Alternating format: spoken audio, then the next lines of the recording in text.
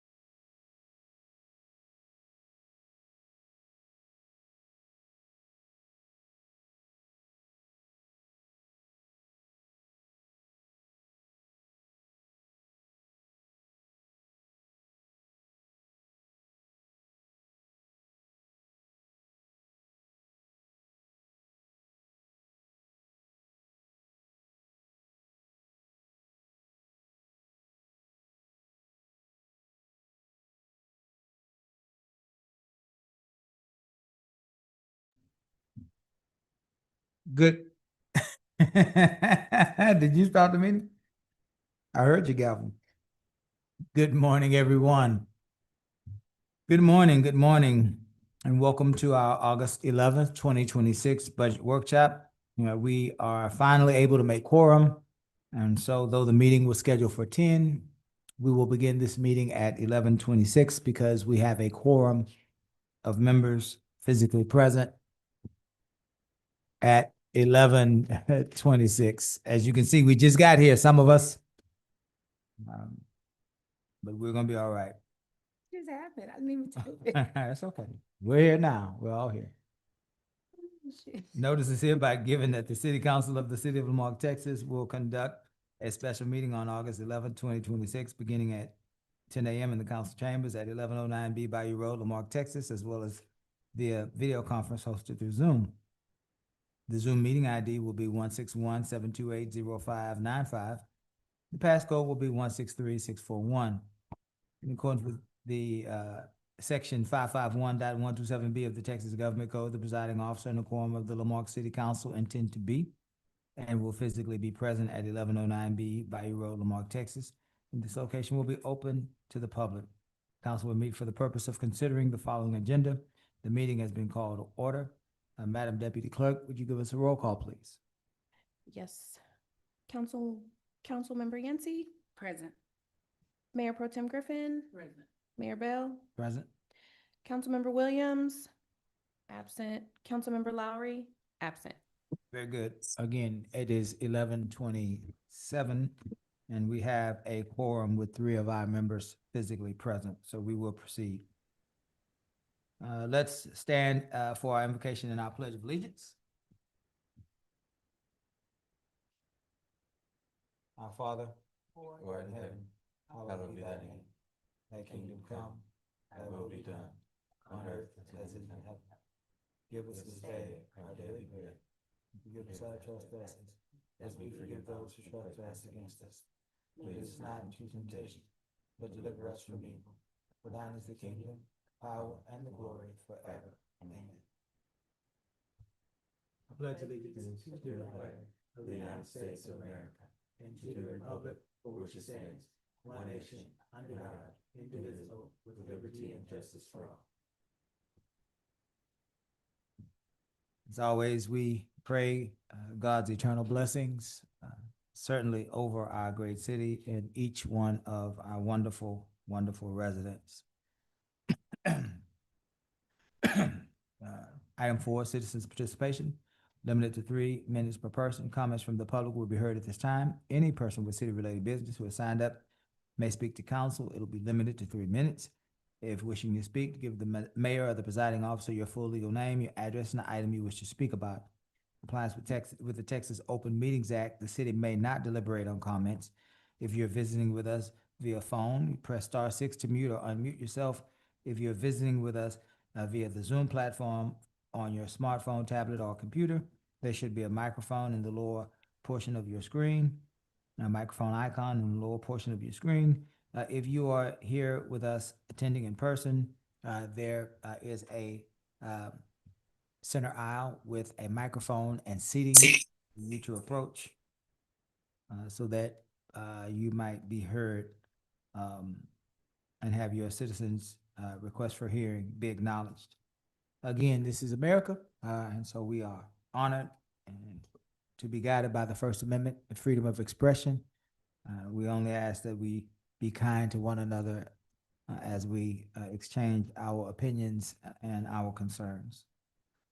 Are there any persons, Conrad, that are seeking to address council that are online?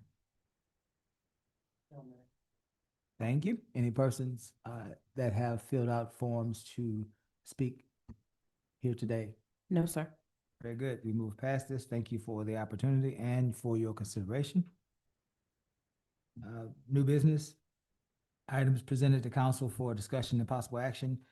5.1 budget considerations, considering council intentions for the fiscal year 2026-2027 budget. Taxpayer statement as required by House Bill 1522. It was effective September 1st, 2025. It reads, while this statement is required under the new legislation, it is too early in the process to include any figures. The city provides the following information in compliance with the Texas Government Code, Section 551.043C. Number one, a copy of the city proposed budget may be located on the city's homepage of its website. And two, we provide a taxpayer impact statement.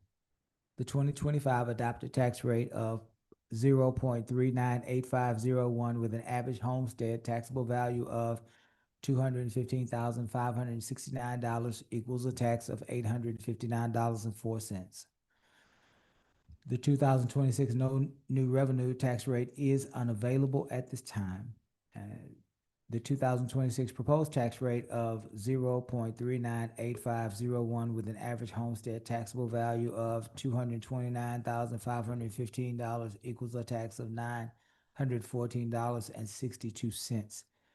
The change in total tax the total tax rate is an increase of $0.00 per 100, or a 0% increase in the change of the tax rate. The change in average homestead taxable value is an increase of 6.5%. The change in the tax on average homestead is increased by $55.58, or 6.5 percentage points. I believe, Worth, that this statement is declaring that the city council has not elected to change its tax rate or to increase its tax rate.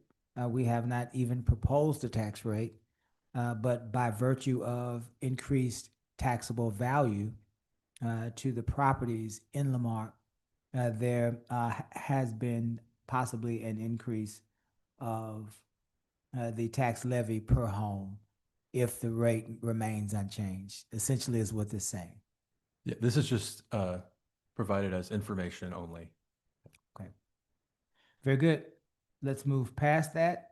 Again, it's for the information that we by law and by will are sharing for our residents.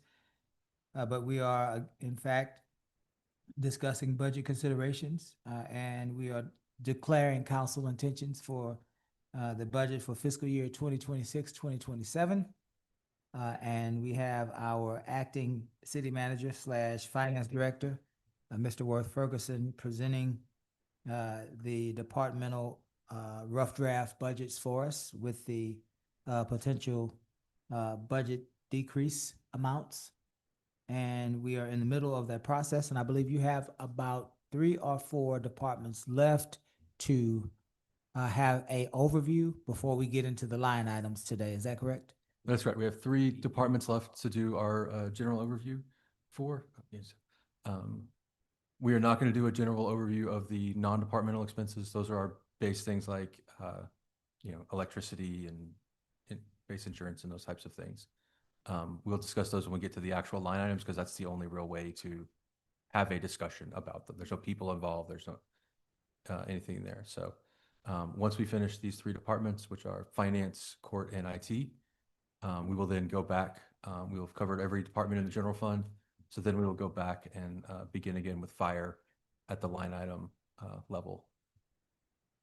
Very good. And so this is where we're going to yield the floor to you, and you're going to remind us that we are building a savings account like every family, every American family. Go ahead. Yes. Thank you, Mayor. We are, again, kicking off the next day of budget sessions.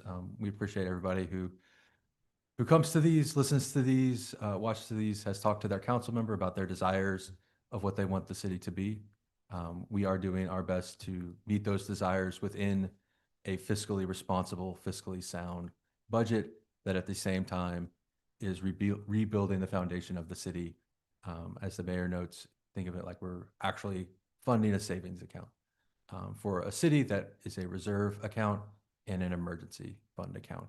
And so any budget scenario we have does provide funding for those so that the city is able to withstand whatever happens in the future.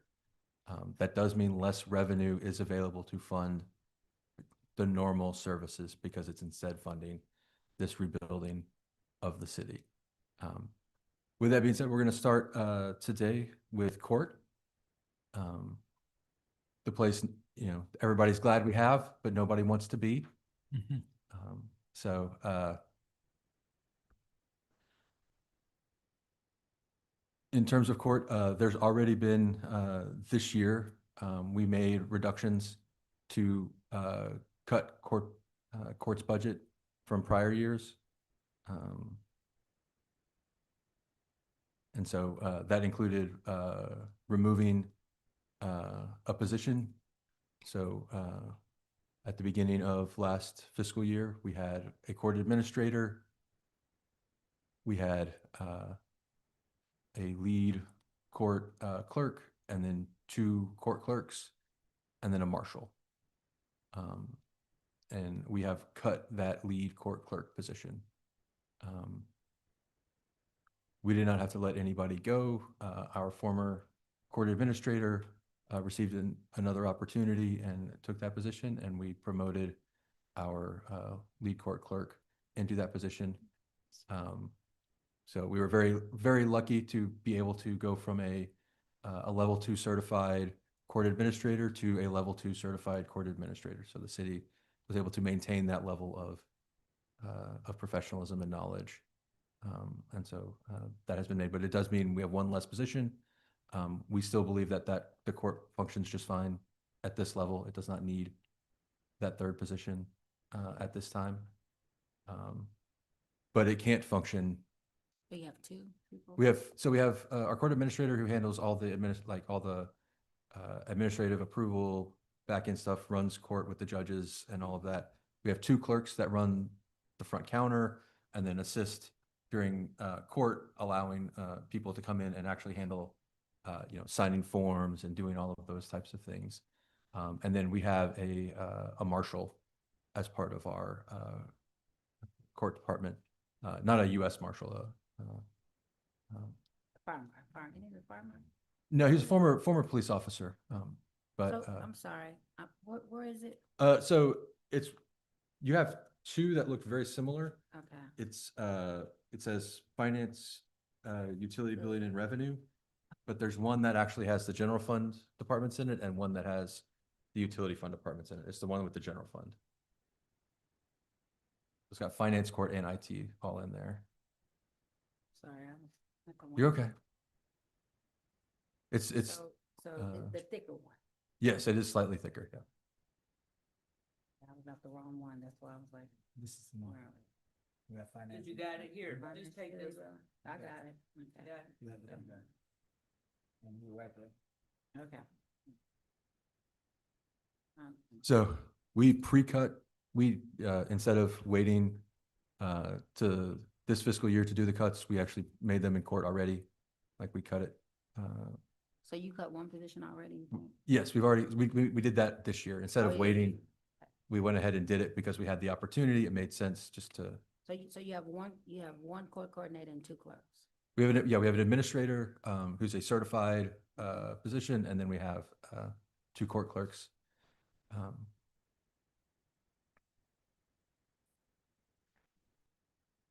It's a very lean department that accomplishes a tremendous amount of stuff. Were you done, Worth? Yes, you can. Okay, okay. I'm sorry, you said, did you want to go or did you want me to go?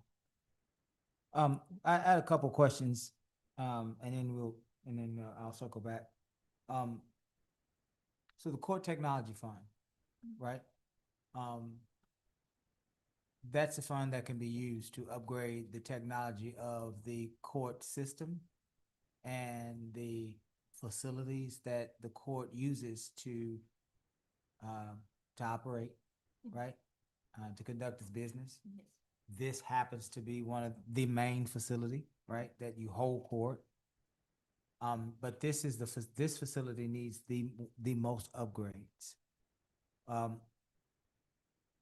And so I'm wondering, is there an opportunity, Worth, Shannon, that we might be able to access some of those court technology funds to help upgrade the system? Because we have struggled, obviously, with our audiovisual system here on council.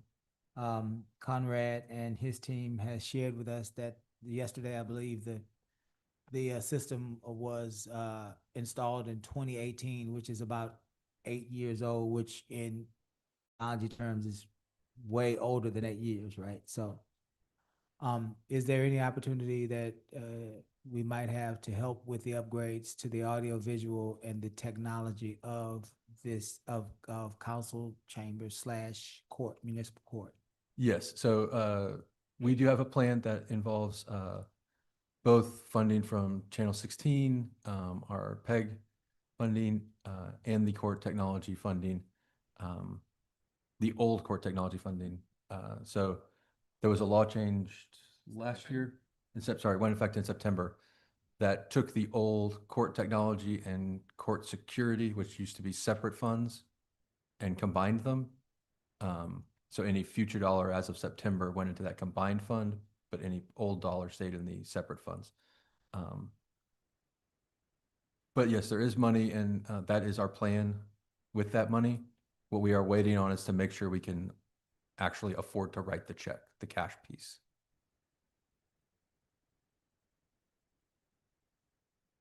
That's our plan, to use that money. And the last thing you said was, we are waiting on, So as we've discussed, because of the way the consolidated cash went, our general fund ended up $3 million in debt. That money had to come from other funds, cash balances. And we are still, while we are not in catastrophic danger, we are still running very tight on cash.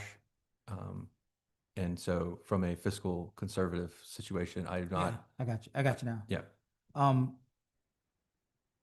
Remind me, somewhere in this, and it's not appropriate with Shannon, but somewhere in this, we need to have a discussion about facilities and facilities maintenance, right? Because this should have been on some sort of a plan for, right, maintenance and replacement. And I suspect we're having this problem at all of our facilities in one way or another, right? Not just technology, but just facilities maintenance. So I want you to help me sidebar on that. When we get out of court, right? Because that's not a court issue. That's something bigger. Yep. Here's the other thing that I want us to think about. And this is what we need to hear from you. So before you got here today, a couple days ago, maybe a week, Chief Franklin was with us. And two things that he said to us directly pertain to your office. The first thing he said was, he believes that it is time for us to begin to organize our traffic enforcement in a more assertive and aggressive way, which means that he envisions that the officers of the Marque Police Department would be more assertive and aggressive in making sure they enforce traffic laws, which sounds like people will be receiving citations, which end up in your office. And there is no more you in that office, right? There isn't another lead, right? So more cases, more citations, one person down. Second thing that has happened is Ms. Holly and sounds like Mr. Ferguson have moved code enforcement from the fire service over to the police department. Both of them excellent departments.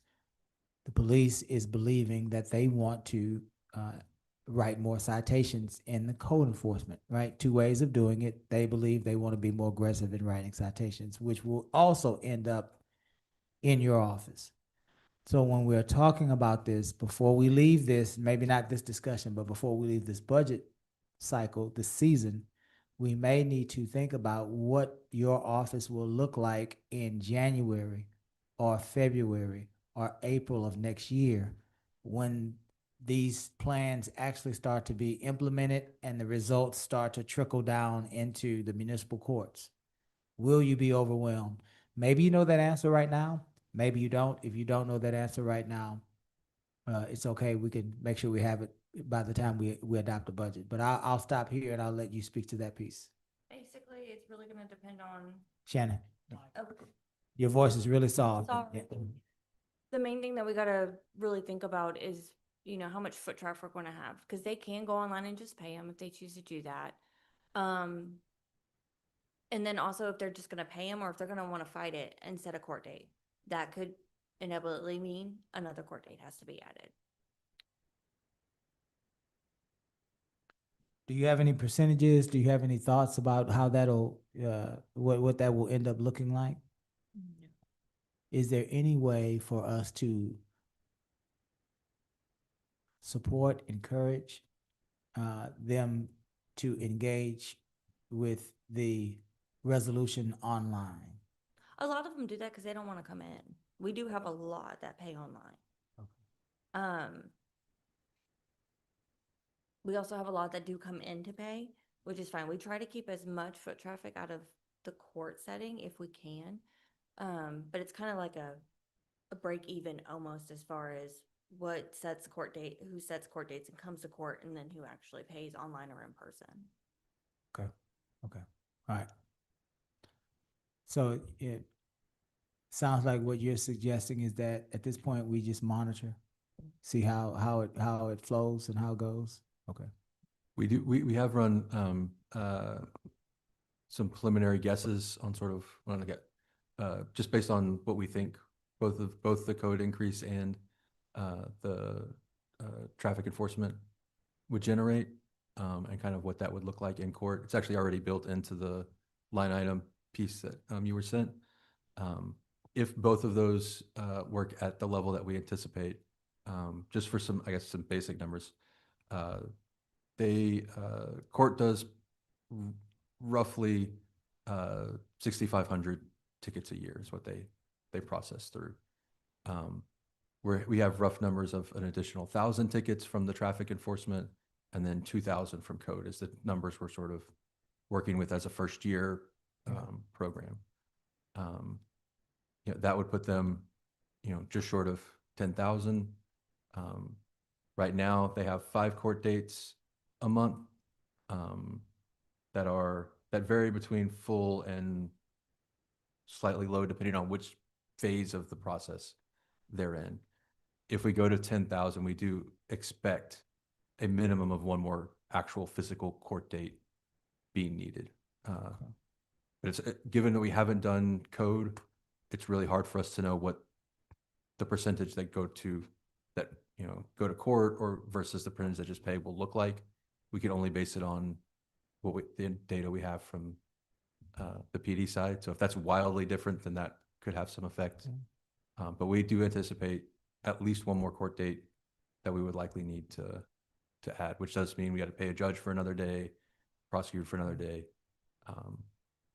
But again, those things are already kind of built into the line items, and we can talk about those in more detail. But yes, we do anticipate that would. Okay, and in other words, we've made preliminary plans to adjust. I got you. Yeah. Okay. Mayor Pro Tem, did you have something? Just one question. We have been talking for a time about getting the volunteer process back in place. And we know that there's no opportunities right now in the courts. And I guess my question is it going to require for the courts to I don't know the correct terminology, but if the city wants to get that started again, is that going to be something that the courts will easily be able to do to get the volunteer process for community service started again? We offer community service. So community service can only be assigned if the judge chooses to assign it. Okay. Right?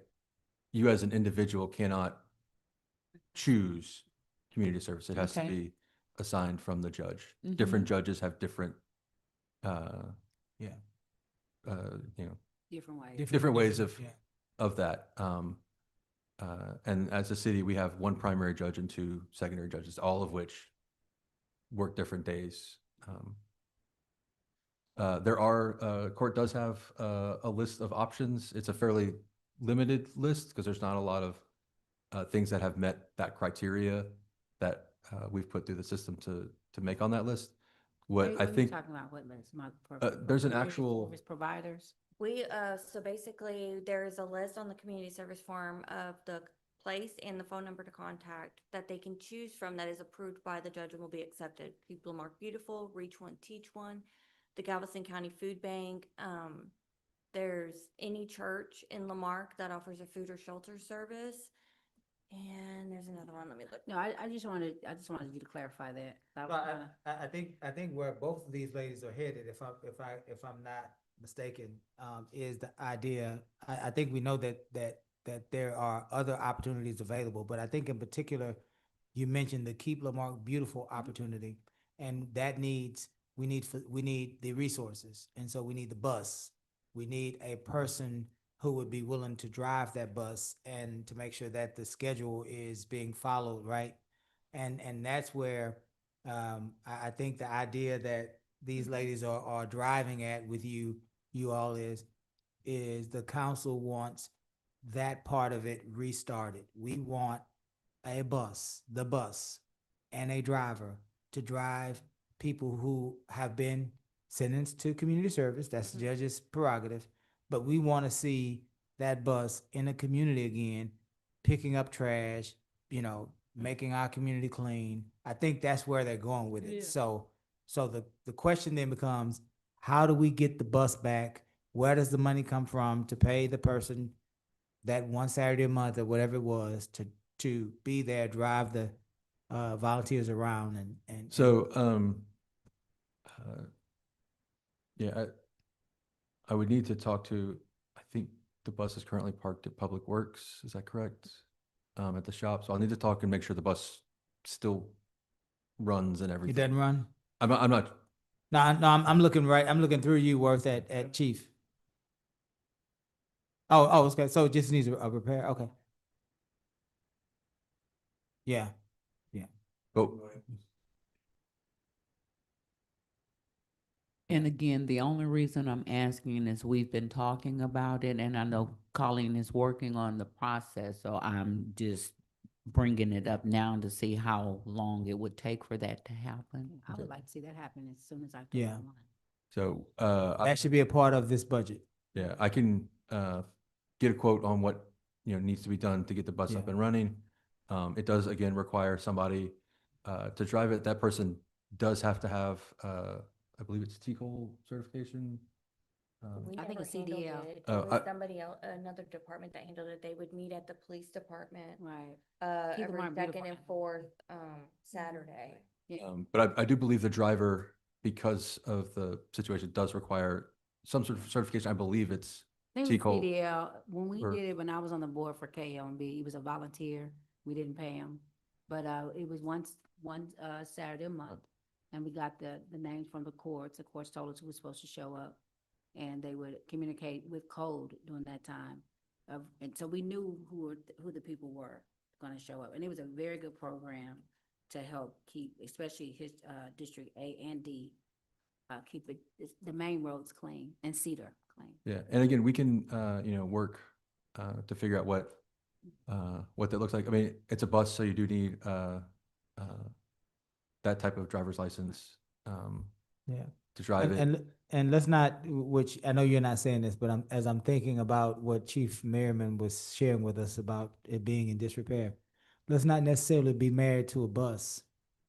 We should be married to the program. I'm sure with TCISD, Hitchcock ISD, Santa Fe, Dickinson, and a whole host of churches around here, I'm sure somebody has a bus that There they'll is, be willing to actually. donate, or at least a van. Yeah. Right, so There's a bus service. so I think we'll be able to get a bus. Yeah. I Or think the idea, transportation. yeah, I think the idea is the council wants you to make sure that you and Shannon incorporate this expeditiously back into our court system. Whatever it looks like, at the end of the day, what we want it to look like is one Saturday a month, people who have been sentenced to community service being in our community, picking up trash. All of the other logistics are interchangeable, and we're open. Okay. Can I trade you this one for the one that has all my notes on it? Yeah. The other thing too, the low hanging fruit. You talking about this one here? Yeah. Is that we just passed a program last night, called the Marque Works. Mhm. Ready for industry. That can also be used for community service as well. which So is what awesome. we need is we have to have the 501(c). That has to be Yeah. turned into the court and then it gets presented to the judge to sign off to add them to the list. Also, it's up to the judge in the end. We cannot tell the judge, Right. grant them we the get it. community service. Also, we yeah. cannot tell them Right, this is right. where you have to go. Yeah, We can they- give them a yeah, list to choose right. from and then it's up to them to Right. choose. Yeah, we offer that. And so, Tech City, I work with them Mhm. and they offer a list to Mhm. people and then let people choose Yeah. what to do. And some of the judges have been giving a lot of community service. The problem is people don't know where to go, or some nonprofits are not active anymore, or they can't, because of the economy, they can't find the opportunity, but at the food bank, you always can have an opportunity. But I know our judge has been given a lot of community service. Yeah, 'cause it people- does get offered, Mhm. especially like if they're in the jail. Judge Mhm. Pettyjohn is the one that's been doing a lot of the video magistrating. Okay. And she does do the community service, and she's Mm. the one that actually compiled the list to begin with. Oh, okay. We're just trying to help. Yeah, no, That was I all will my definitely- questions, Mayor. Okay. we will definitely find a way to bring that program back in some form. Yeah, for sure. Ms. Yass, did you have any other questions?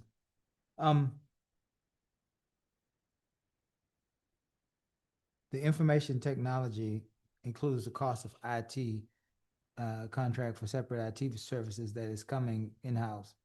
What is that all about? Is that IT? That's IT. Okay.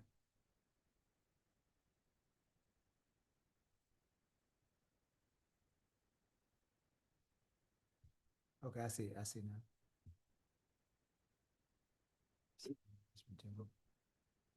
Tell me about the supplies, the repair, maintenance services and utilities at capital and within the court box in your presentation.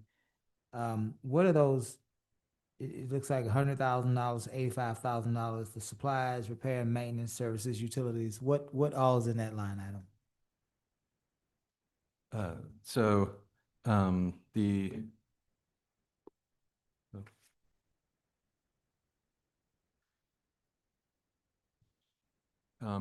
so supplies and maintenance includes operational supplies, postage, fuel, rental, uniforms, communications and utilities. I'm trying to remember and I think repair and maintenance is in all versions. Some repair. Yeah. The capital and other ones for court includes professional services, any dues, any travel and training, and then the big one for court is legal services, prosecutors, legal services for judges. We have contracts to help with collections and those types of things. All those fall in that one. Okay.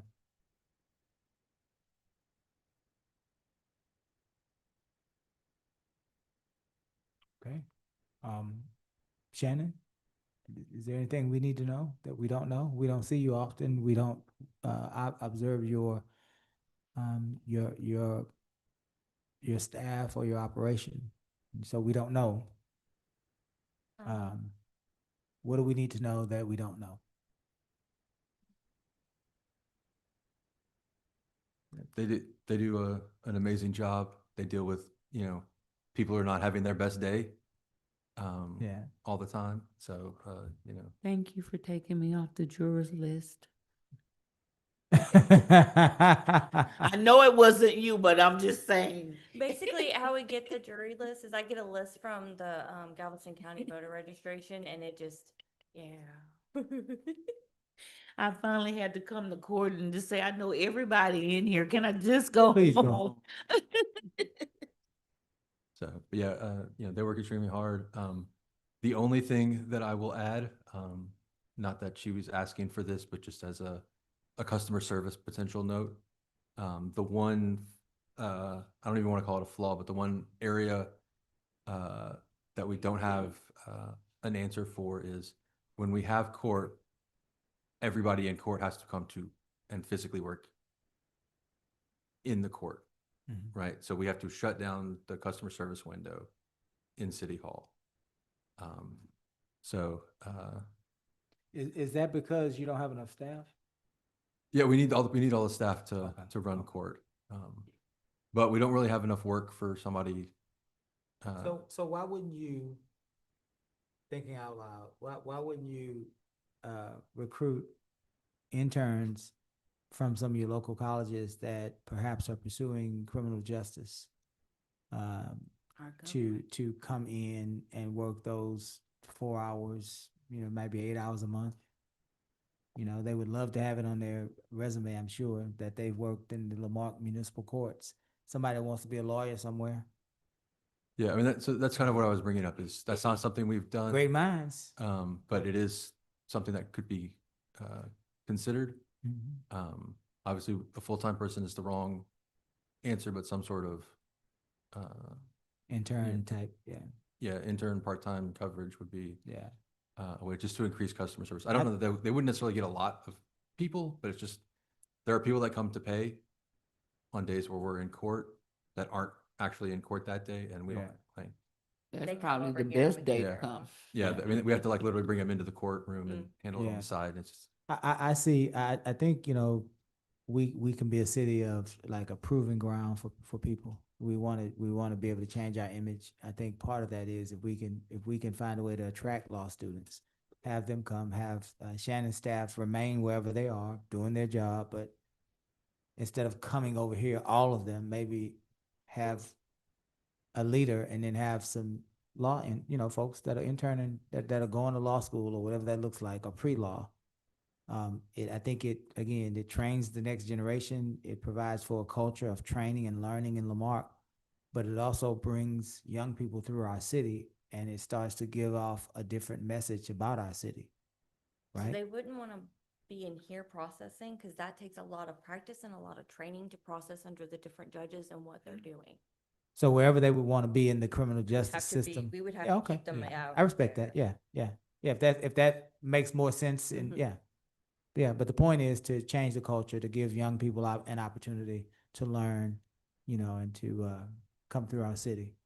So I'm one person, there are two others here with me. I'd be in favor of seeing what that would look like. You can always get, as well as the intern positions, you can get the, TWC will pay for that. yeah. So It's subsidized. what I would say that's something I think we would want to try and build throughout fiscal year 26, not Mhm. necessarily have Yes, in yes, that. Yeah. effect in fiscal year 26. Give us some time to kind of figure out what Mhm. all that Right. looks like, build a, get the 'Cause we contract actually in. had them come, PwC did a whole presentation, Mhm. and we utilized that program before, so we've had it. I think it was 3 years ago when we did the internship program. I believe that was with Public Work.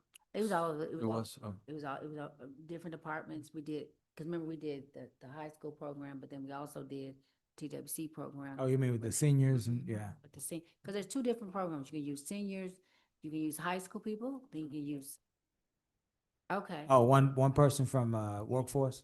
Yeah. Okay, so I think the program kind of already exists. You just probably need to learn more about it and how to get more human capital in through that program. okay. So, so I would like to be able to pursue that program during Yeah. the year as opposed to like actually budgeting a full Mhm. position and everything. Yeah, no, I don't think, yeah. I don't think you're there yet, but Yeah. I think it's a cool way to use municipal government to help people, right? And then you save Yeah. money because the state pays the grant for Yeah. their salary. We need to get, and last statement on this, but we need to get as many people to touch municipal government as possible, right? So I'm a 40-year veteran of municipal government, and I know that it's a dying breed, and most people don't want to be here like us, All these years we've been in municipal government, those of us that have, but we need to find a way to renew the passion for local service, and so maybe this is one way. But we do realize that it's not going to happen overnight, Worth. It's not going to happen overnight, Shannon. But that's the heart of the council. Let's get some people in here that really want to make an impact on community, right? One day they might be lawyers and then they'll come back and it can be, take Gus's position when he wins the lottery or whatever. Are we done on this one? I don't have anything else. Shannon, thank you for stepping in. Jumping out at me here, can I bring it up? If it's not gonna kill you, it shouldn't be jumping out of you, James. Come on and get to a microphone, James. Yeah. James, get to a microphone so people can hear you. James Osteen, 2012 Giordano. On your court revenues, on the court administrative fee, the budget was $60,000, is that right? Fiscal year 26's budget was $60,000. Okay, and so all we've taken in year to date is 12,963? That is what's been, that's actually made it through the full accounting system. I can't guarantee that that's every penny. Okay, what's the 47,000? That's the difference between the budget and what's, Okay, so y'all are only gonna budget 15 or 16,500 because you worried about it only bringing in 12,000? yes, so, and we talked a little bit about this yesterday. As I've been going through the revenues and doing more work and really looking at what the actual amount that's coming in, not what we've been predicting is coming in, a lot of those amounts have come down because that projection is not What it is. what's coming in actuality. And so, Okay, well, you're not basing this budget now on hoping this crowd correct. the ticket's gonna be at road, right? So there is the extra section in here. He's looking at the line item Yeah, I see. piece. So, Line you know, item. that's the 62.5 is what an additional 1,000 tickets would generate. Yeah. But We aren't committing to that number. That's just a right, you're not gonna base your budget on hoping it comes in. beginning discussion number of where we want Okay. to be. Yeah. Okay, well, you don't ever wanna base your budget hoping something's gonna come in, Right. That's You right. don't want to what? hoping something's gonna come in. Yeah. What was the first part of that? You don't ever want to. Base your You budget. wanna base your budget Okay. on hoping it comes, it's gonna come in, cause you Yeah. get bid every time. Okay. Me and the mayor been through that. Okay, well, thank you. Okay, so if we are done with, at this point, we'll definitely be bringing you back, Shannon, when we get into the line items, but if we're done with the overview of municipal courts, are we? Yes. Okay. Right. Thank you, Ms. Shannon. Thank you. Thanks, Shannon. So, next, we'll do IT if everybody is amenable to that, and then we'll end with finance. Absolutely. You saving the best for last word? Well, You say, well, I'm trying to, make sure Conrad's still fresh. Okay. still fresh. It's only 12:09. I'm good. What, you like a Marine or something like that? I'm good. Like, don't you run miles every day? All the military people run miles. I'm teasing. Conrad said, sure, we do. All right, IT, you said, right? Yes, IT. All right. So that's why Conrad is with us today, huh? Hey, Conrad. That's one of the reasons he's here. Yeah. Did you want to start, Conrad? Or did you just want us to? Not sure.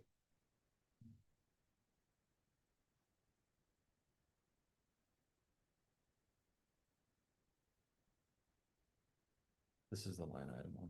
I don't have a spare copy of the other one. Yeah, I can start. So, as we begin IT, again, as we start every section, this budget in all forms always includes an amount of money set aside for the city to rebuild its reserve and emergency fund, translating that to thinking about it as a person that's building a savings account, making sure you can handle have an ability to handle whatever comes along.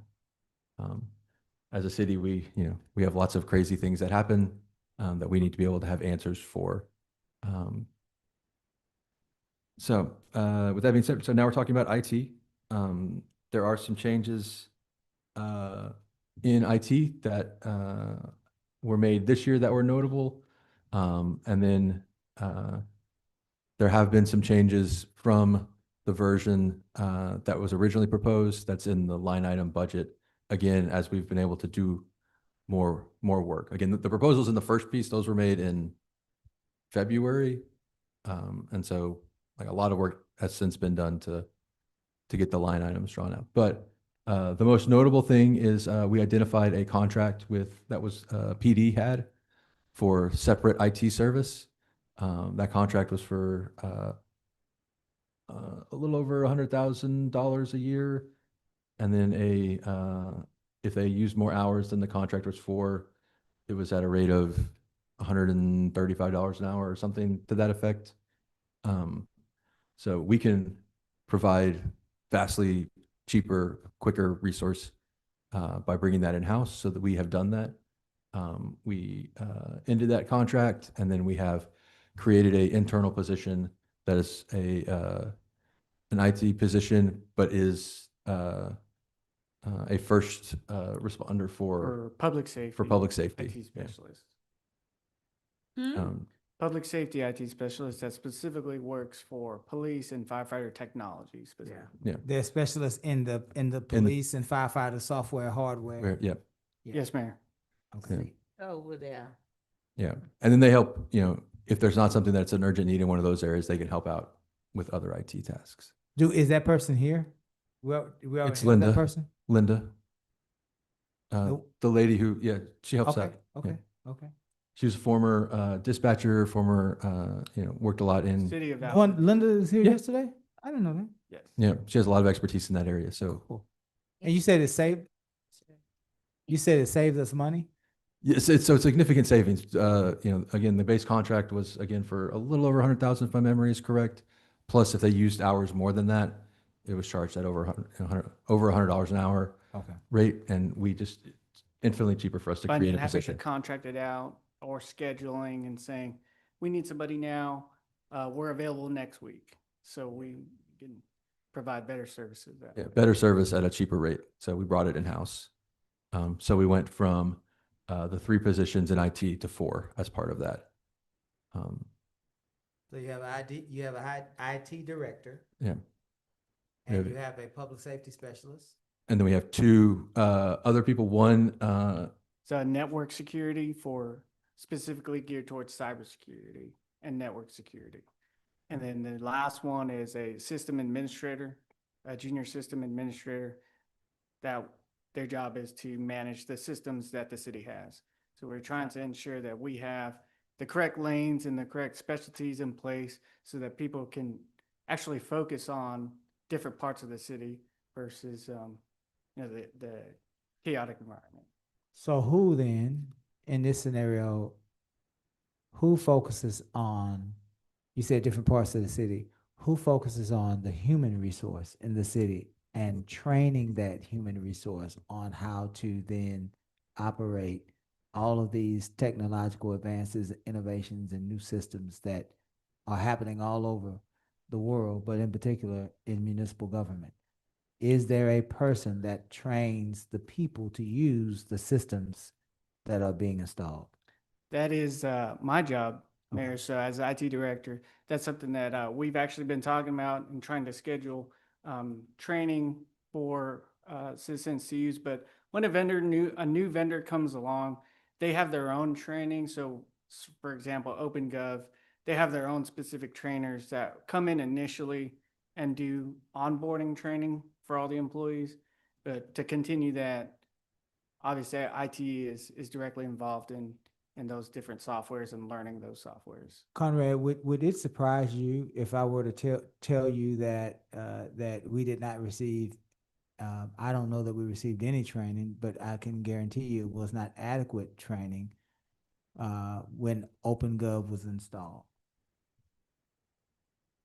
Would that There are surprise different you? levels of OpenGov, but yes, Yes, that's surprising. that to is you, or- surprising. But we've been part of each of I think there's 4 Yeah. different OpenGov projects going on simultaneously. And I remember for the finance OpenGov, they actually came, a specialist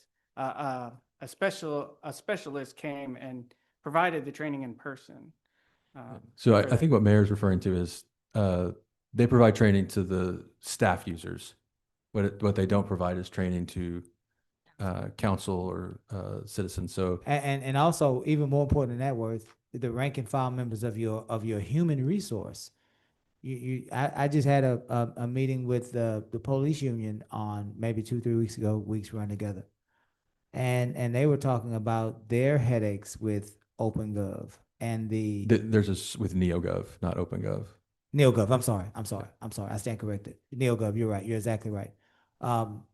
They were talking about their struggles with NeoGov, and the timing system, the timesheet system, the recording of hours, and the compensation, and the accumulation of vacation time, and I'm sure you've heard some of those complaints as well, and um, part of their frustration was about the inability for them to learn and know how to navigate the system, right?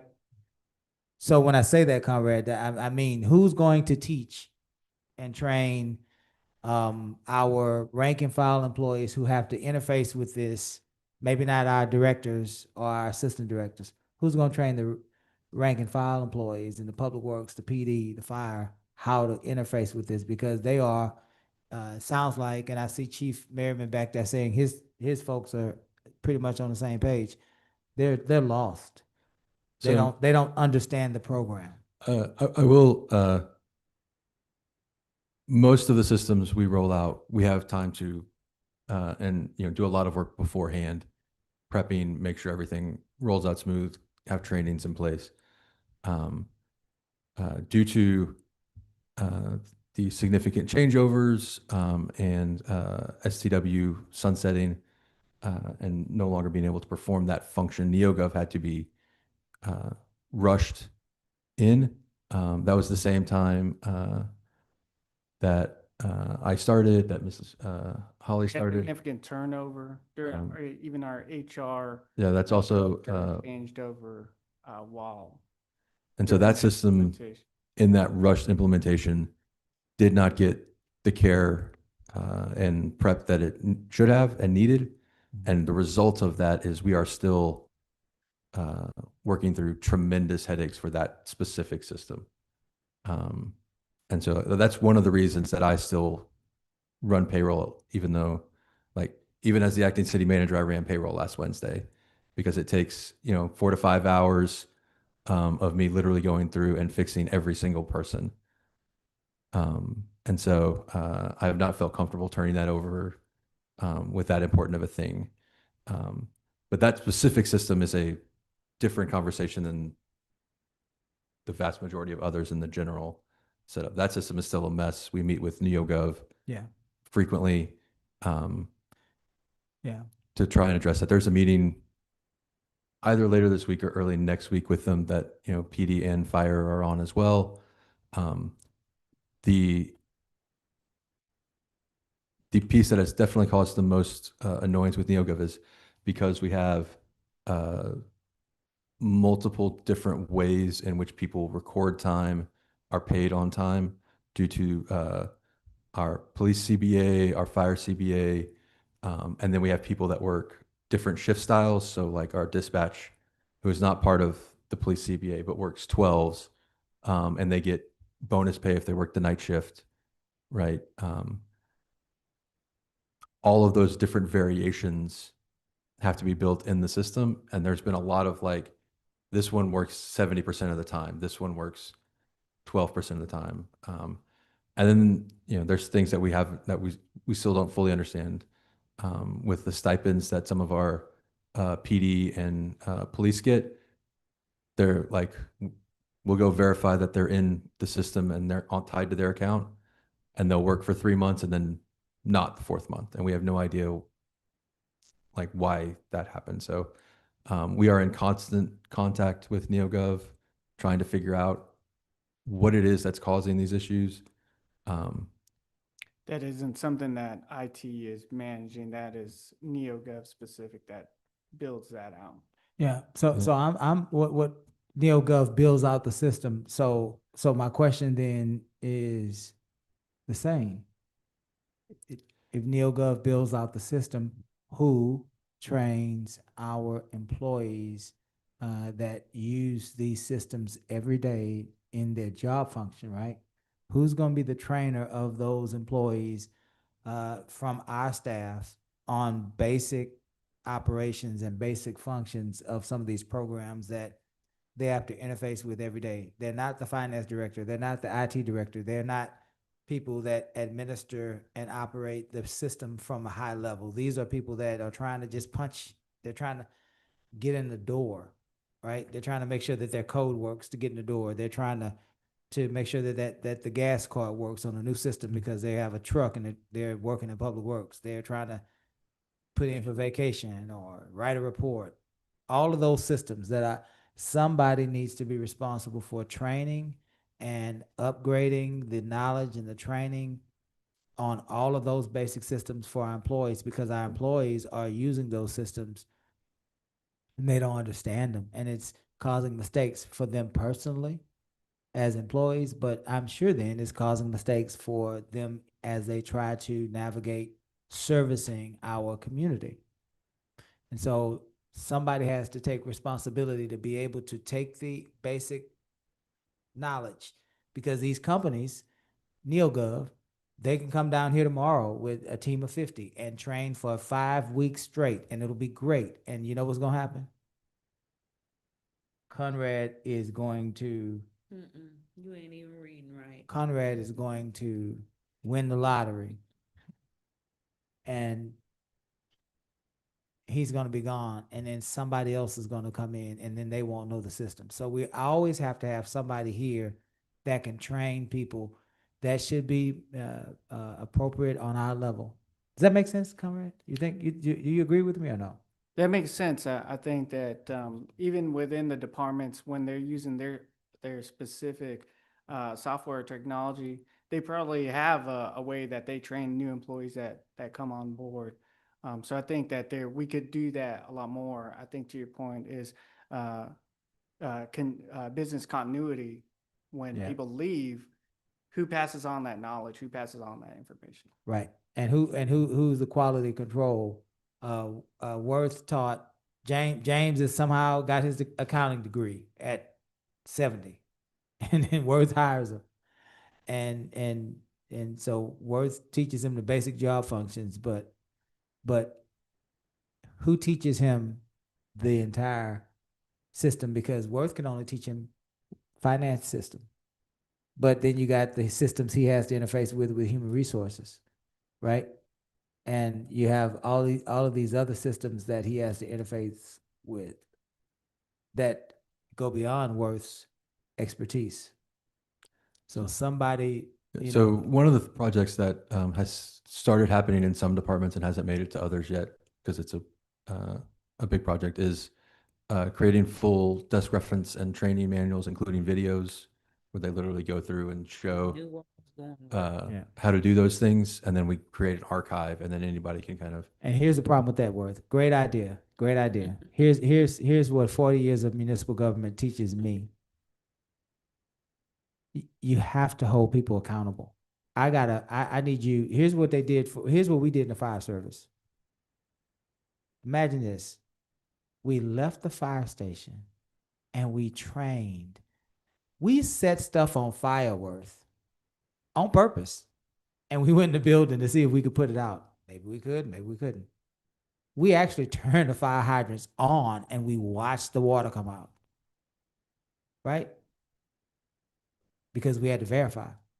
And so while we set this library up of training and these resources, we also have to have some way to be able to say to James, are you proficient in NeoGov? Let's make sure. This is not a pass-fail. This is where's James Short? Let's get IT to get him where he needs to be, right? Because it's too much is falling through the cracks around here. And too many people are saying, rightfully so, I didn't know how to do that. And it's nobody's fault, not yours, we just have to start somewhere. And so there has to be a way to verify that we know what we say we know, right? Because otherwise you get policemen and firemen and all sorts of people meeting with elected officials and saying that their working conditions can be better because they're having all sorts of stress and anxiety. Nobody said that. I'm just giving you because their pay is altered, or their vacation disappeared, or, right? So that has to be, as the city of the future has to build that aspect in. This is a technological age. There are all sorts of advancements and innovations. They are moving faster than we can even understand. So we have to make sure that we are building the infrastructure around that to support that. It makes our life easier as municipal servants, but it is more complex for us to be able to understand. That requires training, testing, and accountability. But you're responsible for that, right? He It's does, not a his trick department question. does some of it. Sure. Yeah, Mean then, he didn't say anything. yeah, that's a, You look like don't know. Jack Nicholson. Look like you was getting ready to tell me you can't handle the truth. I would say that we don't specifically know how to use every system that every department uses. Not yet. I can Okay. tell you that. Okay. But I think I made my point. And I think we get it. I think we just have to adjust.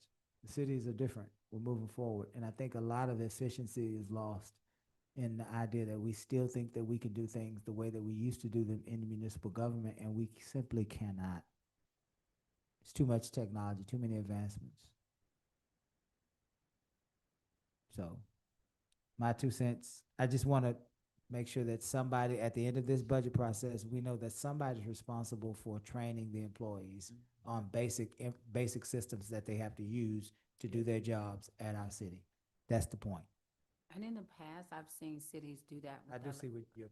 with their Mhm. librarian, right? They'll have the librarian learn it and become the expert for the team, for the department, or for the city. And then I've also seen HR That's for when you go in the back. sometimes become that person. So, but there's always like a point person, you know? yeah.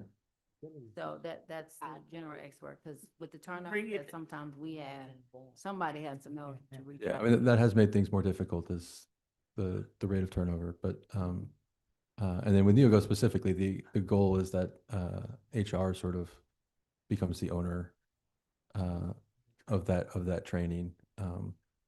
Because how to process payroll itself, only a couple people actually yeah. need to know how to do, but. Worth. Have you ever noticed this? Large corporations vary very differently in how they operate. They have their own style, culture, community, right? Notice that a lot of it is based on the CEO at the time or the founder. But the franchise model is the opposite. Franchise model is more systems based. Okay? Here's what needs to happen. I've been saying this for years. Marque is a franchise. We are so small and always challenged fiscally that we have to desperately implement systems, so that they are all turnkey, so that it doesn't matter if it's Conrad or Pennington or Griffin, you just plug them in. The system is there and it runs. At McDonald's right now, I don't know anybody that works there. I bet somebody's named John, Mike, Barry, Larry, whatever.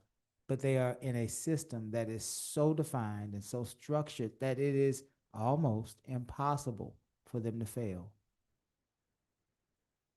Cities our size have to develop systems and develop them so efficiently that we can plug in new members and still achieve the same level of efficiency, standard of, and quality of service.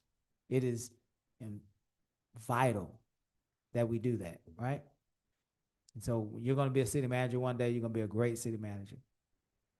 That's my advice to you. Smaller governments that are cash strapped need to become franchises. Just think McDonald's. So as we go through this process, we need to put systems in place, right, that are foolproof, that are people-proof, right? Sure. So we know that we have a problem with the way that our employees are engaging and interfacing with the systems that we have acquired for them to make their jobs easier. So we need a system to be able to limit that because Conrad is winning the lottery. Is that right, Conrad? All right. Anything else on this? Again, I will, on the IT side, I will make some notes that, again, as we have reviewed more things, the numbers that are in your original proposal have altered.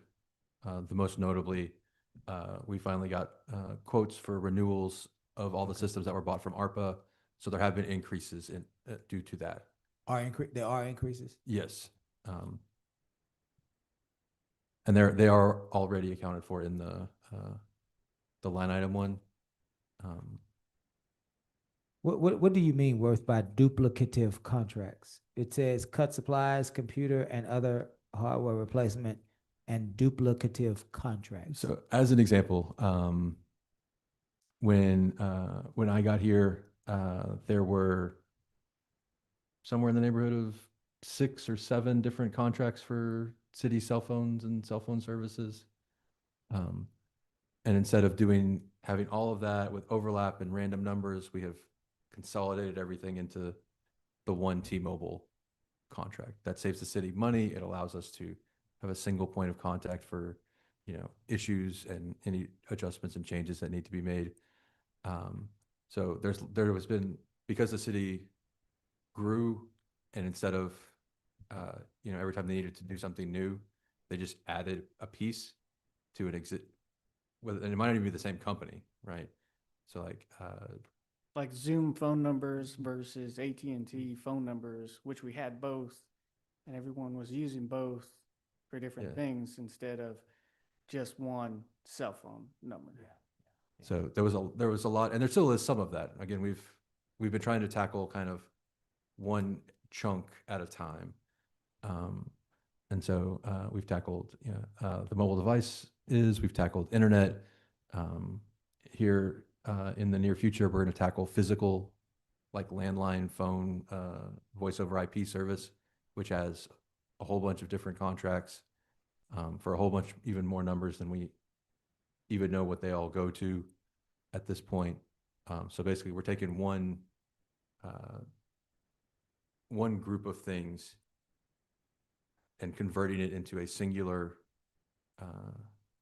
contract, singular agreement, and that in every case has saved the city money, gotten us new products, whether it's cell phones, the cable project's getting us fiber direct lined into all of our buildings. So that's what that's referring to is, there's been all this hodgepodge of random contracts, a lot of which overstep. And Ms. yeah. Williams, are you ready? You can approach. Yeah. oh, sorry, No, you're fine. I took her mic. Don't worry about it. She'll get one. You're fine. Sorry. He's gonna find him. I'm just kidding. I'm teasing Ms. Williams. Welcome, Ms. Williams. Let the record reflect that Ms. Williams has joined us at 12:34. Go ahead. So that's what that's referring to. We had all these excess contracts. Ended up, city pays a lot more. When that happens, right? We don't have good service. We never know who specifically to call to handle that specific thing. It makes billing and paying bills more complicated because you get 9 bills that all look like they're for the same thing, but they're actually for these overlapping contracts. And so as part of the process we've had with IT is to tackle a single area, get it figured out, find out what we actually need, and then find a solution to that then allows us to single point that. I would also suggest that we find a way to address the audio visual issues that we have in this chamber. I think that Conrad's team was sharing with us, if it wasn't Conrad on yesterday, again, the system is old. A lot of it is gonna be better with an upgrade.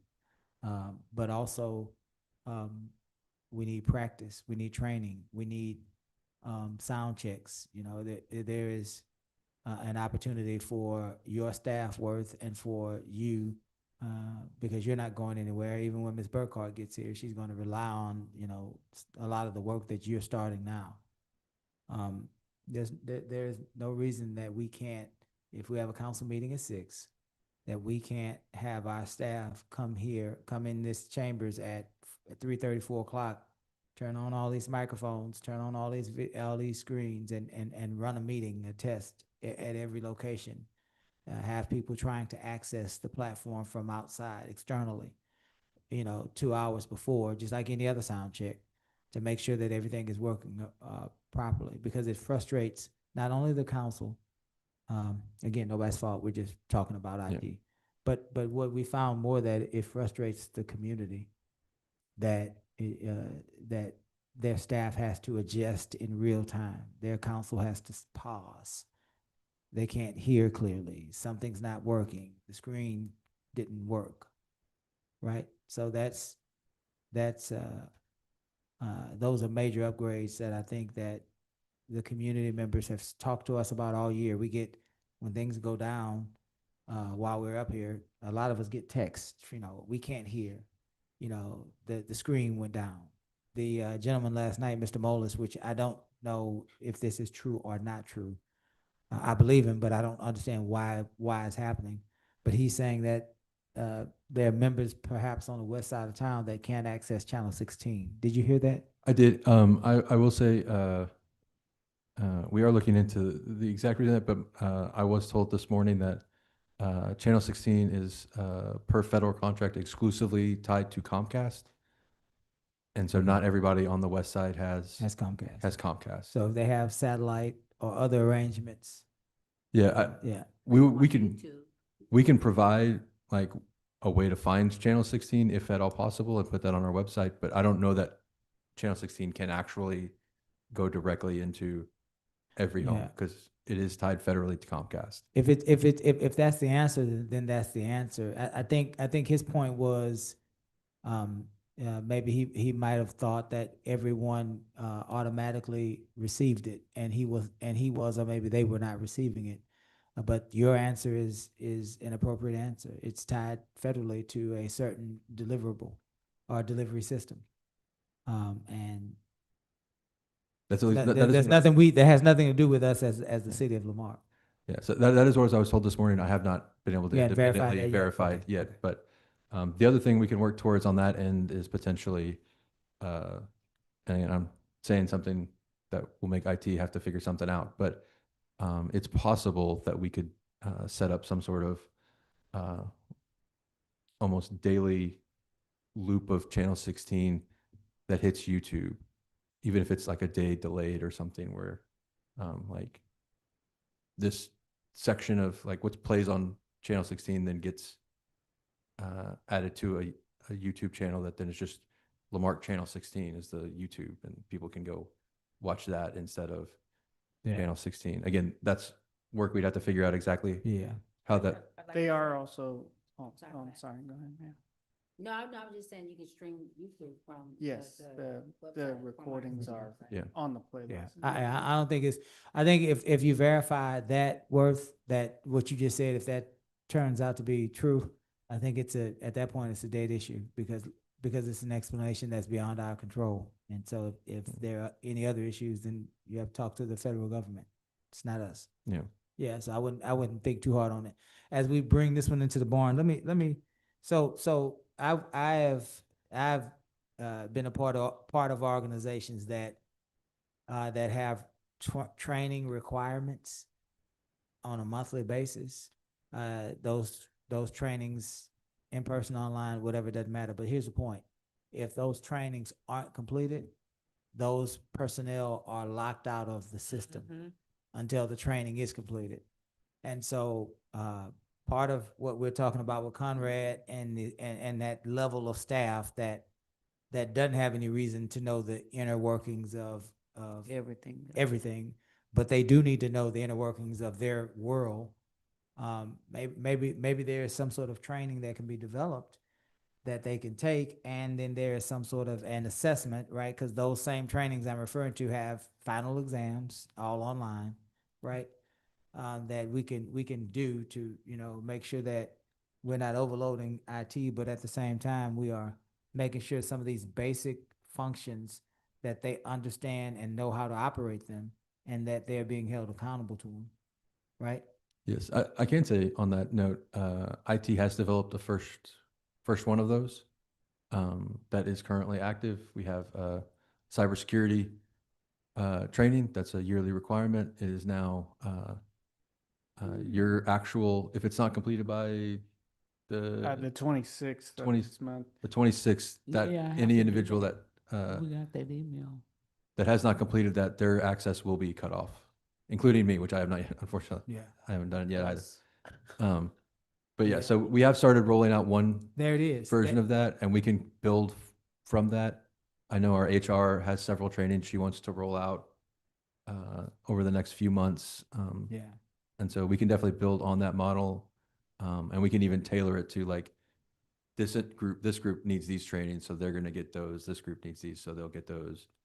I think you're dead on, man, and I think you probably should really, this is a pretty big subject. I would say let's get them where they can function, but also on the back end of that, sooner rather than later, you need to probably start building in some SOPs, because a lot of people around here don't know what to do, Yeah. at all, and that's usually where the problems start in our government, in the service. We got people in key positions that just don't know what to do. It's not their fault. They don't know how to respond. And so the response is lacking, or it's different. And then I'm in a 2-month span, I've talked to 3 different people in the same department, and there is no SOP. So they're all just going off of what they think, right? So training can clean up a lot of that. And electronic training can clean up a lot of that. A lot of what do I do? What is the policy for this? Permitting department needs to train on and be held accountable to the process of obtaining a permit. What are the steps? What is your role in that? And we need to test them on that, based on the policy, based on the charter. And that is something we can definitely build out. Yeah. Anything else on for IT? Conrad, you solved a lot of our problems, man. We just can't get you to stop talking. Goodness. All right, Conrad, if you could just not talk, we can move on past. I'm teasing. Yes, teasing. All right, so you have last one you have is finance? Last one is finance. All Yep. right. So, as we move into our final department in the general fund, and everybody can take that great deep breath of, first round done. Again, remind everybody that this budget and this process does involve the rebuilding of the city's reserve fund and the city emergency fund. And that is a vital, important task. And we do know that means that revenue that the city is bringing in is not going to direct services for this time, because it's allowing us to rebuild the foundation of the city, to allow the city to handle everything that comes at it. With that being said, finance, we came into a very complicated financial situation when I got here. We have worked very hard to fix that. That process is not done, but we have made tremendous progress on it. My team, which has been understaffed the whole year, as lots of places in the city have, has worked very diligently to keep us there.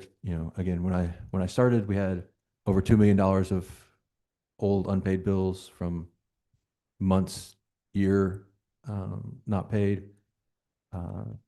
All of those that I am currently aware of have been caught up and paid. Even the ones we had to make payment plans and such with, we've been able to kind of work through all of that. All of our debt payment schedule and plan is set up, and we're functional in that area. We've got all the online reporting out there that everybody can look at with, again, more reporting to come in the future as I find time to build it all in the background and roll it out. And then the good news is we had an on-time audit for the first time in apparently a very long time. I don't, according to Gus, this was the first on-time audit since he's been at the city. So I don't know when the last on-time audit was before that. He was pretty Yeah, excited I last think, night. I think the audits have been on time. Yeah, I think, if he's referring to some sort of best practice schedule, that might be something he's referring to, but I don't ever remember us not having an audit done before we adopted a fiscal budget.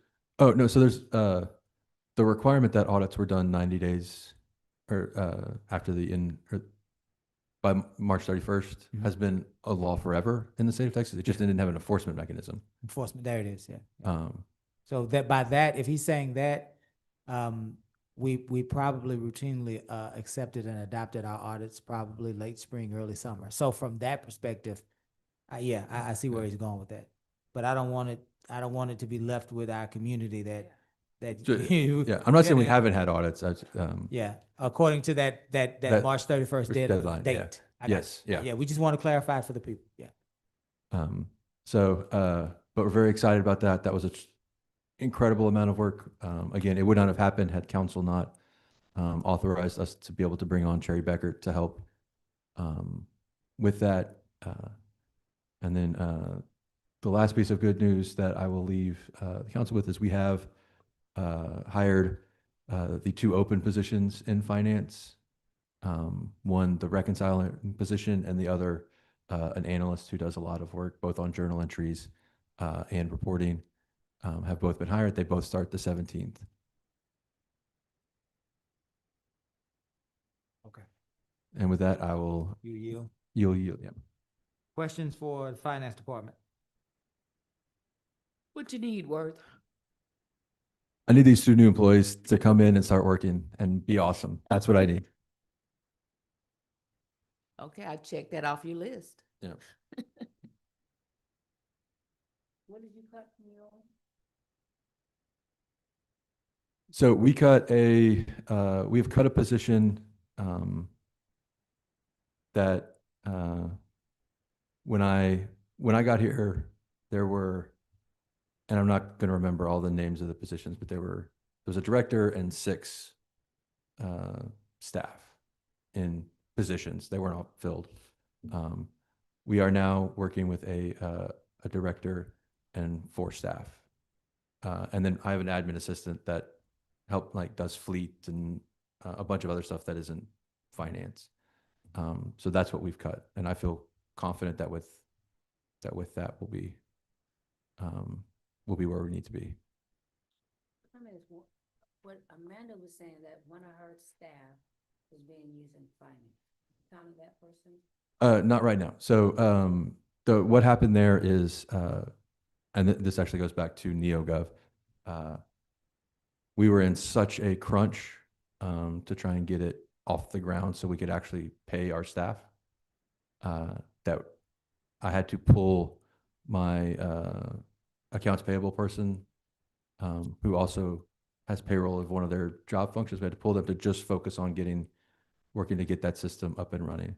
So the individual who is in Public Works is our former accounts payable person. They know how to do everything. So we brought them back over to run accounts payable during that transition period. She has since stayed because, and I don't know why this decision was made, but when in the prep for OpenGov, they did not roll over any backup documentation. So all the documents that are tied to all the transactions that were in STW, none of that backup rolled. So she has been assisting to get us documentation for at least the last 2 fiscal years into OpenGov. And then some other special projects that have come up. But she does still go back and help Public Works when they need it. She's still in their budget. She is for this fiscal year.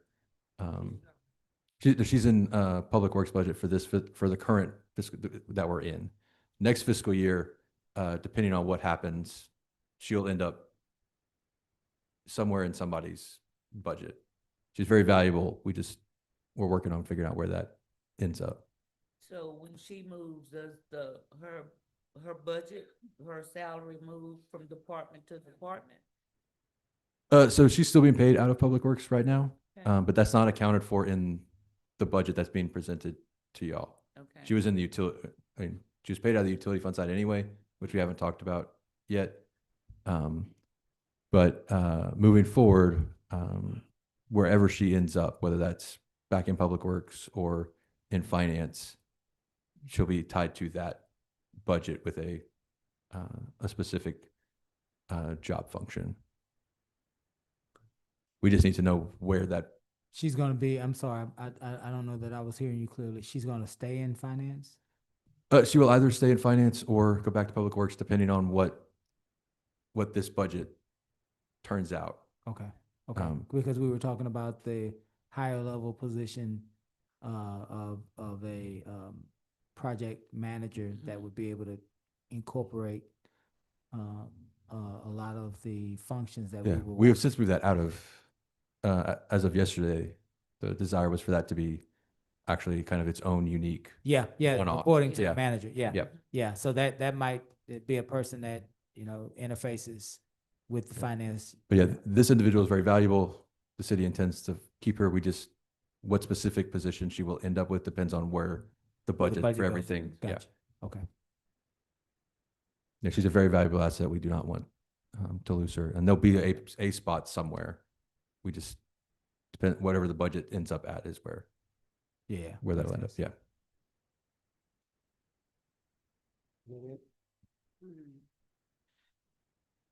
Worth, how did you save 240?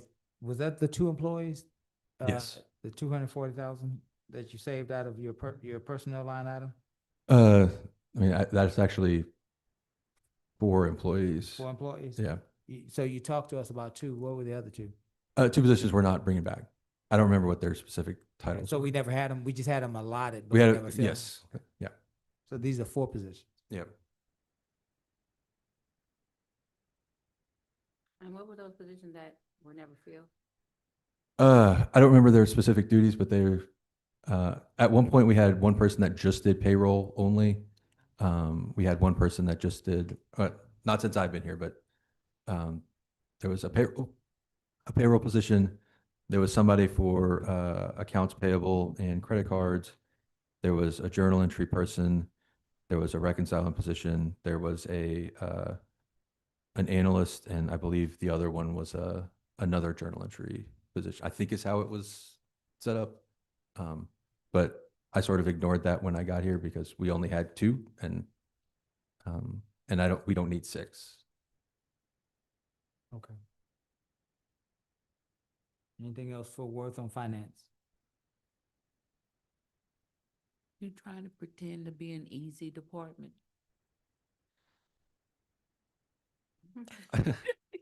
I would like for the finance side to be Easy. easy. Easy. Go down and explain. Yeah, again, some of the departments, including basically everything in finance, we sort of already did the cuts. Yeah. Because we could do them earlier. Because there were positions that were unfilled, so Yeah. it's easier just to eliminate them. Yes. All right, well, we are at 12:55. Is it lunchtime yet, Madam Clerk? So Worth, here's what we're gonna do. I think that you have now in your possession the final roll, which is and you have all the new development that's gonna be hitting the system. So you basically have a number now. And so we're gonna take a quick lunch because we lost a little time trying to get a quorum. And we're gonna come back with that number. That was Candace letting us know lunch is ready. Oh. We're gonna come back with that number. And you're gonna reveal that number to us.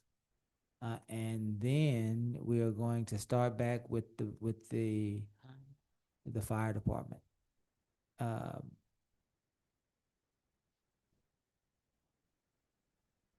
and then see how far we get with fire and police. Sound like a plan, ladies and gentlemen? Mhm. Is that what your heart was saying, Worth? That way you want to go with it? Yes, I definitely want to come back with a very kind of like, roll back to a very high level discussion about the budget as a whole and kind of what the next steps look like, and then And dig then into. start with the big departments that are Yes. fire, police, and then public Yep. works again? Okay. Yeah, that's those, as we've had discussions, everybody's been pretty agreeable on, for the most part, everything aside from those, everything looks kind of Yeah. normal and standard. And so those are the ones that there's the biggest decisions we've got to make. So this budget is the back on track budget Worth. Yep. Meaning that everything that we're going to be doing in this budget, we're going to be getting the city back on track financially, right? Organizationally, right? Service provision, and that's the big thing right now. Everything we're talking about is how are we going to efficiently patch potholes, maintain drainage ditches? How are we going to support the sewer system? How are we going to make sure we have adequate police protection, fire protection, right? Yep. Everything we're doing from this point on is back to basics, basic city services. Yep. And so I have, based on the discussions through, not including public works, everything, and obviously what we talked about today, which there were no significant adjustments today, Right. is accounted for in the line item document I sent you, or that I sent to council and provided. We'll walk through kind of how I broke it up, how those numbers Okay. look, and then we'll be able to Go Uh, through. go And through. that's these line items that you gave us? Yes. Okay. Do we need any more before we break for lunch? While we have staff around, is there any more supporting document that we're gonna need for the afternoon? That should be the only supporting document you need, unless you ask a specific question about like, what did this repair cost, or like a question that would require us to go look in Okay. our system for something. Okay. All right, council, let's take it's 12:58. Let's get back hard start at 2:00.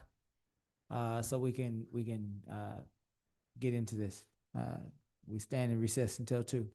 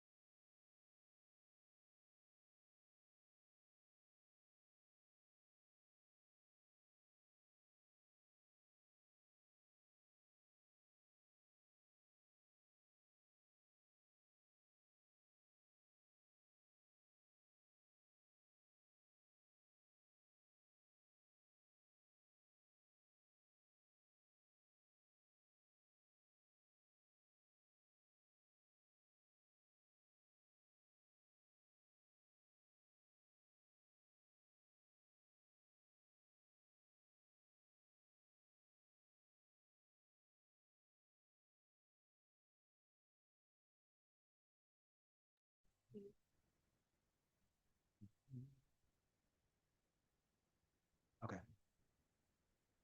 Good afternoon, everyone. It is 10 minutes after 2. We are returning to our budget workshop on, I believe today is August the 11th?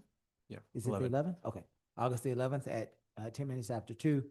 We proceed with a budget workshop. We have Acting Manager, Mr. Ferguson, who is also our Finance Director currently.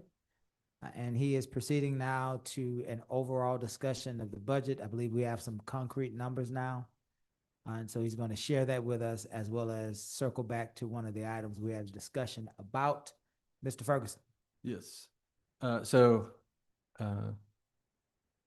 based on all the discussions we had last week, which were both hard but productive, I have gone back in and added what those look like in a budget, and provided a line item version of the budget for each of the departments we talked about last week. There is a line item version of all the departments we talked about yesterday and today. It just has not received the same level of updates. Okay. Because I did want to sleep last night since I didn't sleep the night before. I was literally up here working all night, getting everything ready. So, so that's here. So that's where we're gonna start. We are at a point now where, we've had the discussions. We know this is the things we want to do. These are the things we want to accomplish. But now we're at a point where we really need to have hard discussions about what is actually possible versus what has to wait until we can rebuild finances to do those things. Not everything can happen instantly, right? There's nothing that can't eventually happen. It just may not be able to happen Right now. right now. Yeah. Right. So that's the point where we're at, where we really have to, take that in and figure out, this is our line. We can't go below this line and feel like we are doing the due diligence of the city. But in concordance with that, there also has to be revenue coming in that allows us to meet that line. And so the delicate balance of budget is making those two things work. Mm-hmm. Right. And so that's really where we are now, is bringing those two pieces together, figuring out what we can do to make those pieces work. I did want to have a quick talk before we get in. So there is a summary page that is the very first page of your packet. That page. Yes.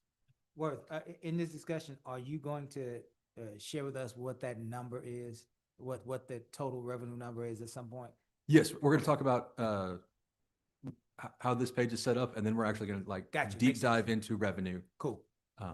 So on this page, you have two chart sections that look very similar. What these are is taking all the information from this line item detail, rolling it up by department, and they're two different scenarios. The first scenario is the no new revenue numbers we talked about, right? When we went through everything without any of the additions, saves, all of that in there from the expense side. It does include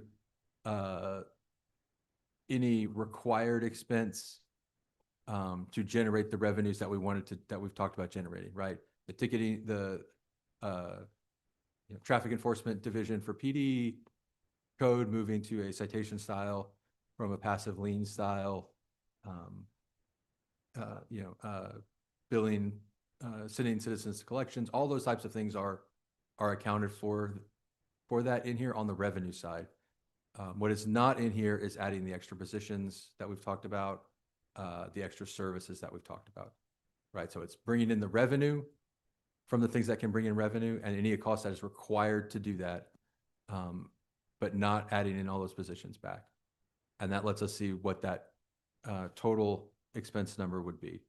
And in the second group, the second chart down here on the expense side, this is adding in everything that everybody mentioned they might want, right?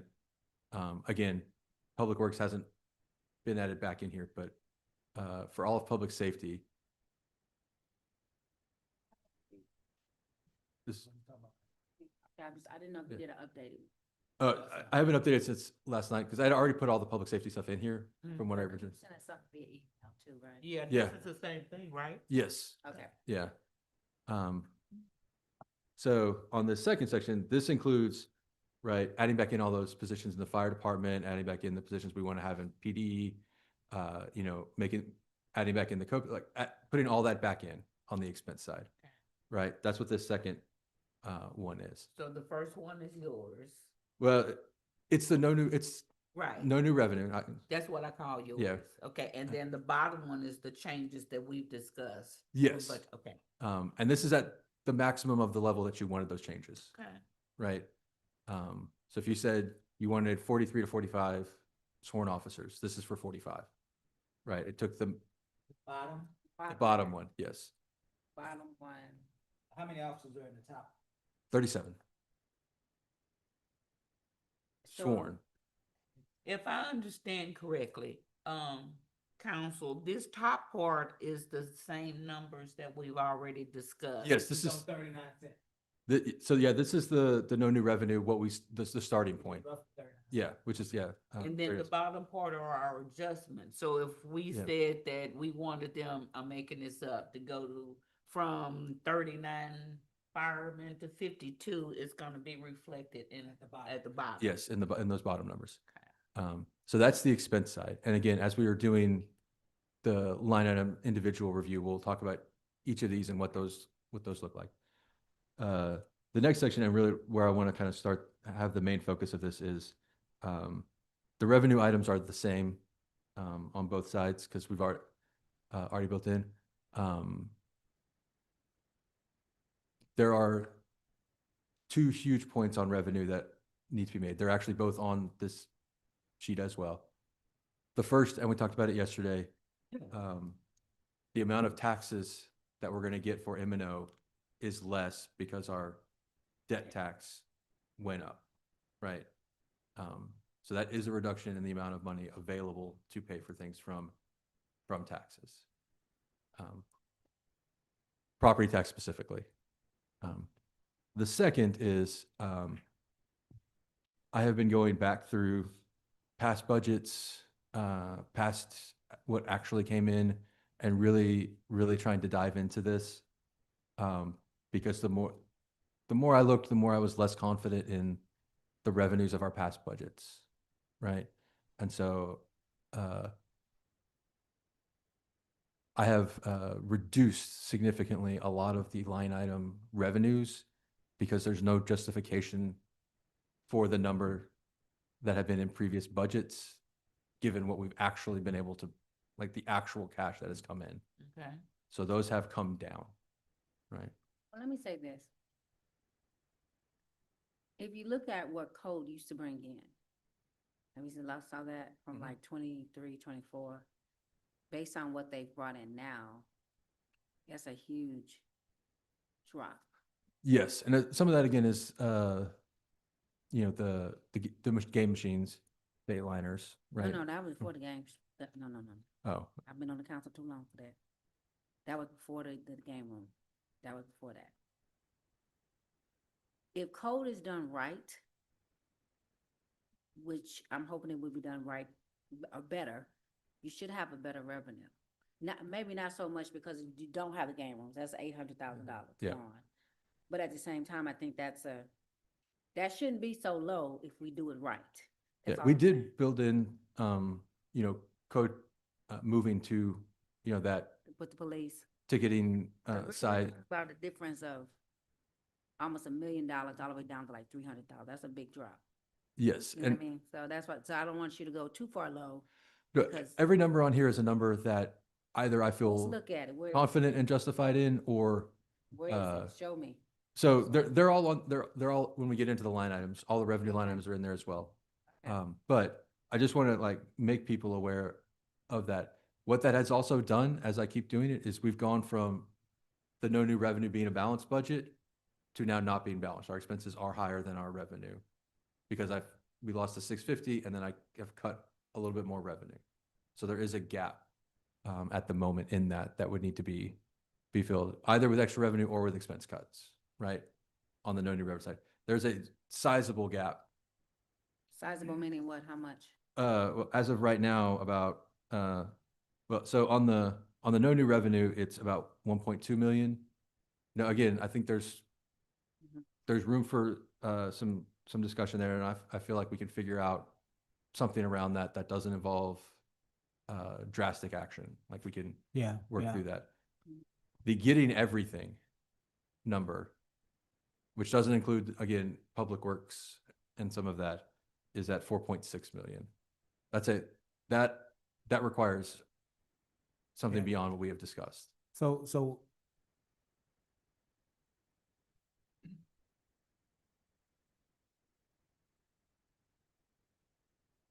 the biggest question is the total revenue. You seem to be building a budget from expenditure. Seem to be using, which I agree with and I appreciate, a zero Zero-based budget. zero-based budget. Seems like you're trying to build it from the expenditure side before you reveal the revenue side. And the revenue side is important, Worth.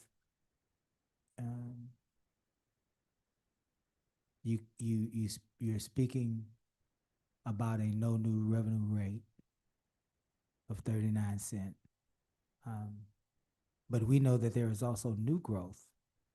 And so we know that perhaps in our community, the total taxable value might have been 1.9 billion, 1.9 billion last year.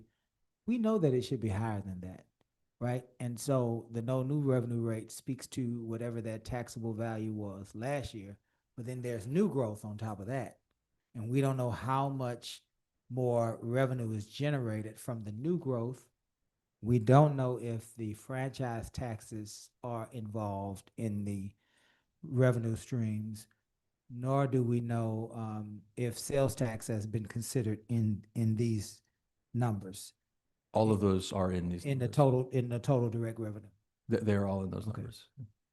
Everything that we have received at any point in the last 3 years has been considered. So in this non-department total direct revenue of $5.6 million, you have a sales tax. I have a portion of the sales tax. So for property tax and sales tax, if you look at the very bottom of that page, there's actually the percentage split that was used to determine what percent went to each department of those. Yeah, what I'm saying is the non-department total direct revenue up here at the top, where it says 5.6. Yes, Is that also inclusive of a sales tax projection? it includes 10% of sales tax Why only 10%? because the rest of the 90 is assigned directly to departments. Who assigned those directly to apartments? I did. Departments, I'm sorry. You did? Yes. Okay. At the percentage that's noted at the bottom of the page. And the same is true with property tax. But okay.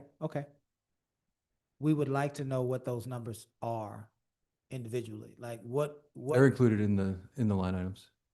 What they translate to. I guess what I'm saying is, what is the total projection for sales tax for the entire city? What is the total projection for property tax for the entire city? For sales tax, it is 5.8 million. 5.8 million. And for property tax, it is 4.6.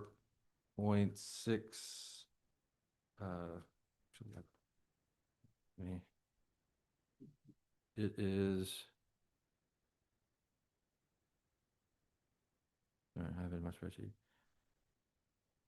$4,666,487.86. 4.6. 4.66, yeah. Or say 4.67 if you want to round up slightly. Property, Sales. 5.8 million. So what, now we need to compare that with what happened last year. So what was the sales tax projection last year? What was the property tax projection last year? Are we going up? We're going down? I know you say we're going down. Sales tax is going down a little bit. Yeah. So last year's projection was.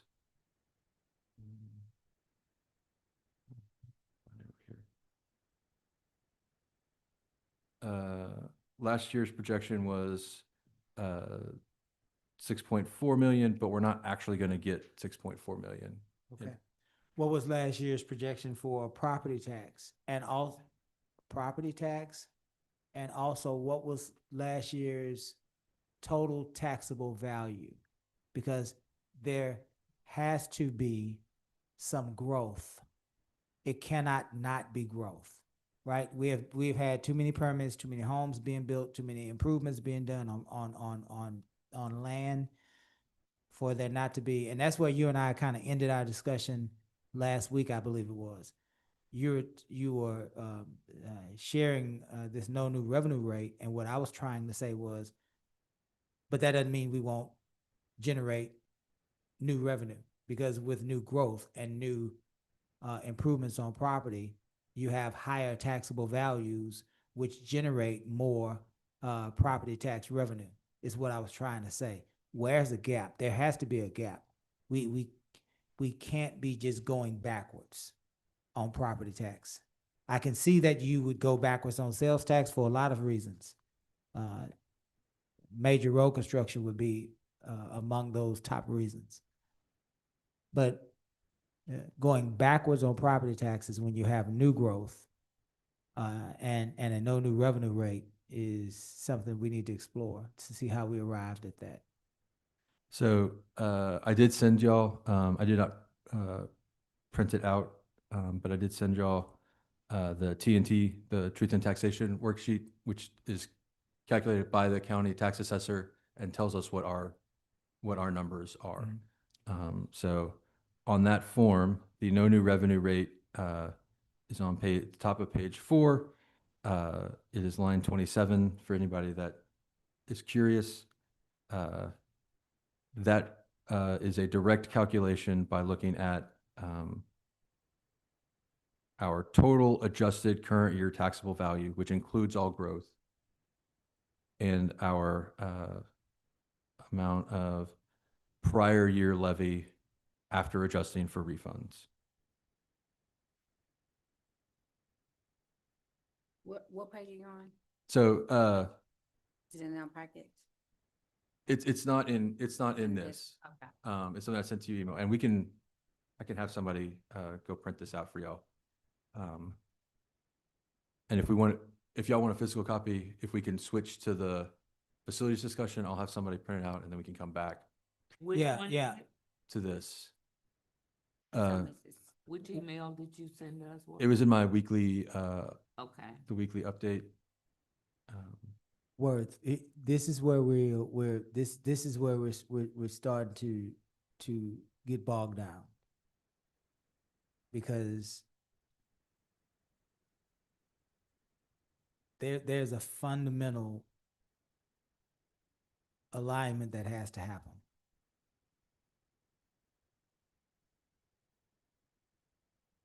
Historically, you get your taxable value from the county, right? 1.5, 1.7, 1.9, larger in big cities, whatever, right?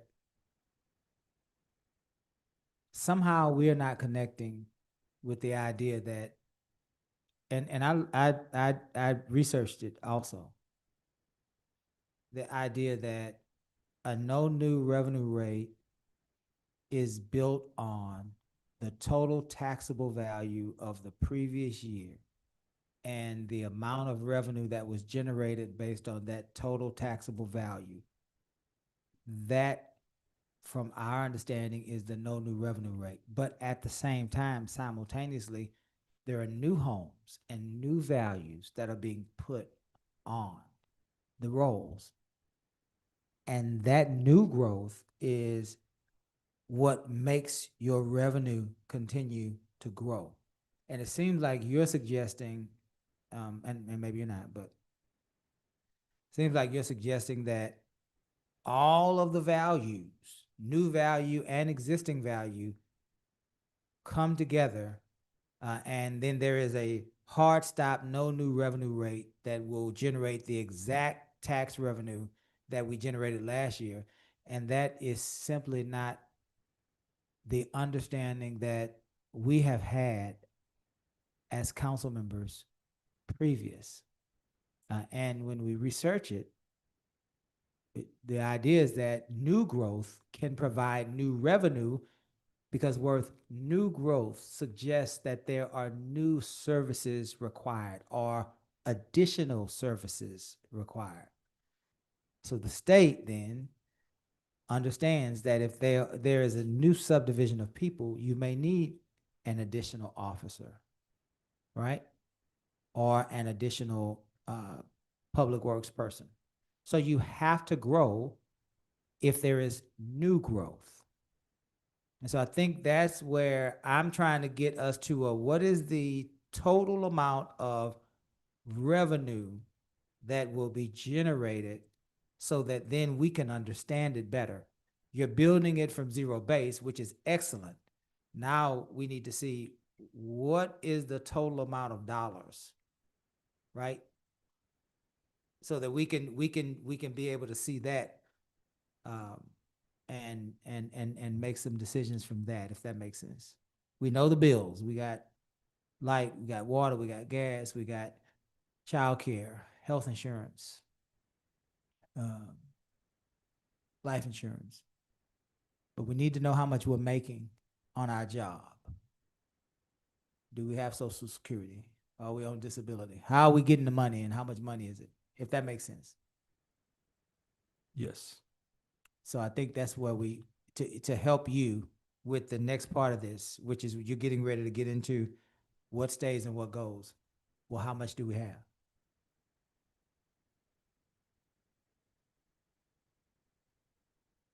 So our total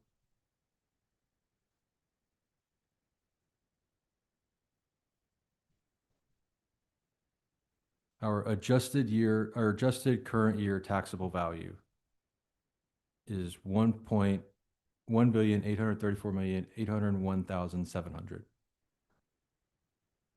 Say that one more time. Our what?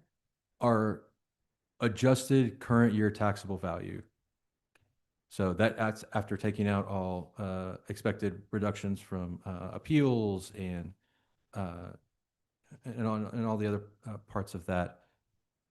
They provide you with the number what they expect the final number to be. Best they can. 1,834,000,000. $1,834,801,700.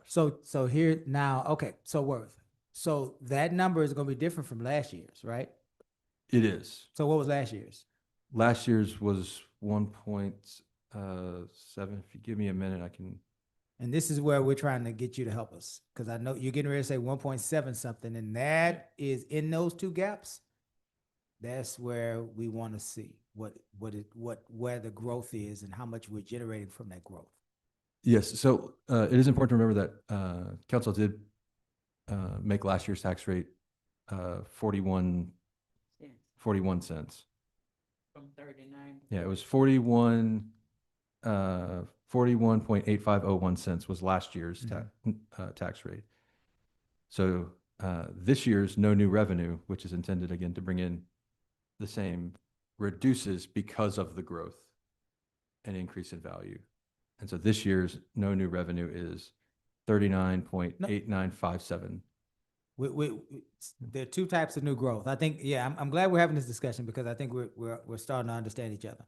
You perhaps, and I don't know this, but perhaps you're talking about the increased valuation. So you're talking about a home that was valued at a taxable value of 150,000, increasing to for some reason 200,000, and you're looking at that new growth. And it is adjusted. The no new revenue rate is adjusted, right? I get that. I see what you're saying now. What I am looking at is a new, not new valuation, but new development and new growth. I'm looking for the homes that were not homes last year, They were on $20,000 lots, and now they have a $250,000 home that was built upon it that has a taxable value of $225,000. And all of those new homes or new businesses, they should make up an entirely different segment of this equation. And when you apply a 39-cent tax rate to those homes, you should still get additional revenue, if that makes sense. Because they're new, they're new, new improvements. They're not raises in the valuation. They're improvements, new improvements on existing property. And there should be, the budget should be able to stretch and increase a little bit based on that, because the state recognizes, the state has a mandate that the government shall not grow 3.5%, above 3.5% year over year if there is no new growth. But if there is new growth, the government understands that, and it opens up a way for us to be able to provide services for new residents, i.e. new customers.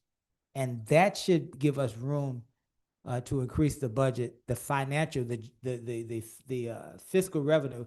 Hey, Ashley, what are you doing, man? It is so good to see. I'm teasing. That should be able to give us, give us. Does that make sense with what I'm saying? Yes. The total improvements for the year are $29,932,679. 29 million. Okay. So what is that? Let's say you said 29 million and what? $29,932,000. So 30 million. So would you help us with what is the tax rate on 30? What are the additional tax So the levy on $30 million? the additional amount that could bring in is $119,602. Okay. Okay. All right. Now, so then, is that 119,000, the way that we just worked it through, added to that bottom line that you're showing us, that 19 million? Let me do some quick math and I will let you know.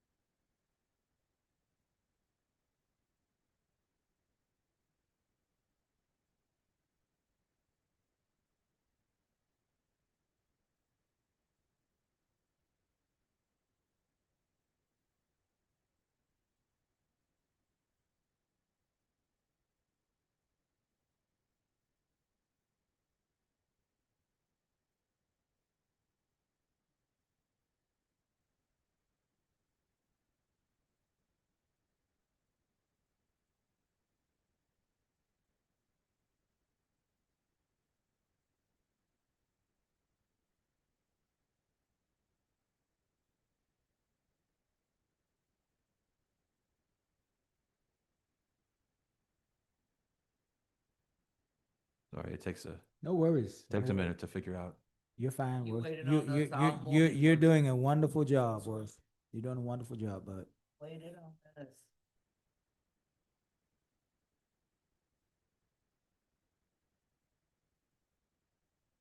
Man, Ashley was here, and then he wasn't.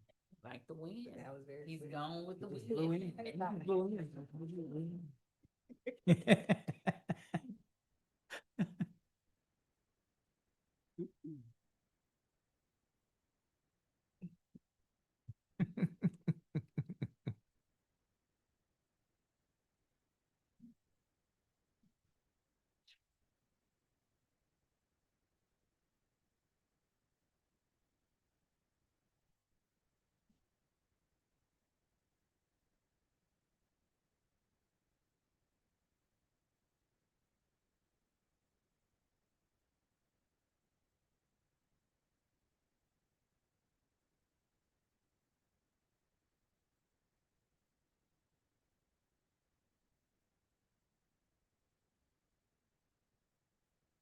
Oh, the other thing. We need to ask about. The, totally the sludge. Oh, yeah. But I thought they said they were still doing that. Yeah, we should get, we get paid for it. Oh, we do. You know where all the money is. Some of it. You know Apparently, where I don't know sludge what, money I don't is. know what 19,100.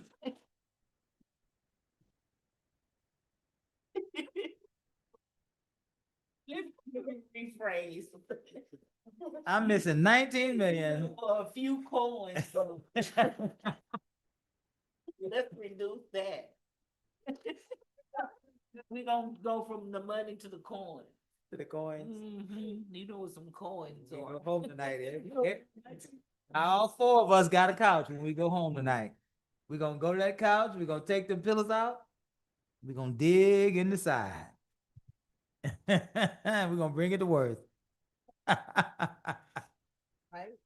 And that's gonna solve all our problems. It is. By George.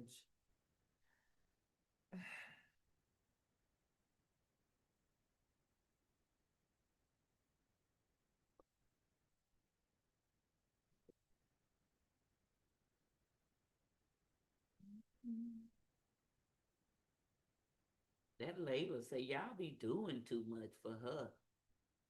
Layla's in-house dog. Mhm. She is the opposite of Claude. No, that's Claude's child. Yeah, the She act, just like- they act Mhm. exactly like. Claude always wanted to be outside, huh? He go out there and have coffee. Okay. Remember that day you had a, what did you have in your neighborhood? Was it a coyote? Mhm. Was that what it No, was? it was one of those cats. What do you call those cats? Like a bobcat? Yes, it was a Yeah. bobcat. You enclosed outside? Looking at it. Like what? Well, hurry up and jumped in my car. It been even human.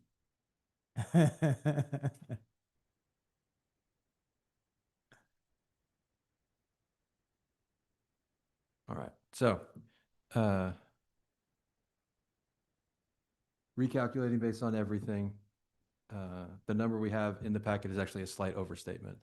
The 19 million, Yes, but specifically the tax, the tax? the 4.67 million that I quoted. So the correct number, because you also have to account for collection percentage, Mhm. which for Lamarck is 96.85. Okay. And so the final number calculating through everything of available MNO taxes, right? Again, the debt's a separate thing that goes to a whole separate account, is $4,593,219.10. 4,500,000, so basically 4.6 million? Just under 4.6 And million. what was it, what number did you have in? 4.67 million. Okay. So maybe 100K off is what it was? It's about 70K off. 70K yeah. off, okay. Yeah. Alright. So you believe that we are working with roughly a $20 million budget?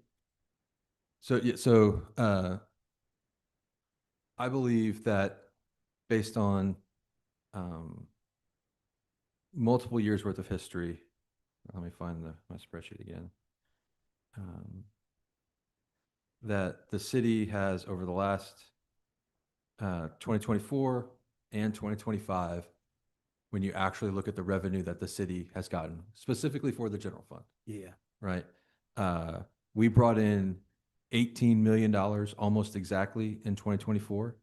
However, over $1 million of that, about 1.1 million of that was a transfer from the utility fund to the general fund. So the general fund itself actually brought in about 16.9 million. Okay. In 2025, and again, these numbers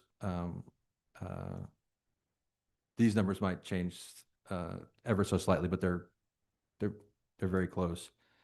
The city brought in 18.7 million in revenue to the general fund, and that also included $1 million transfer from the utility fund.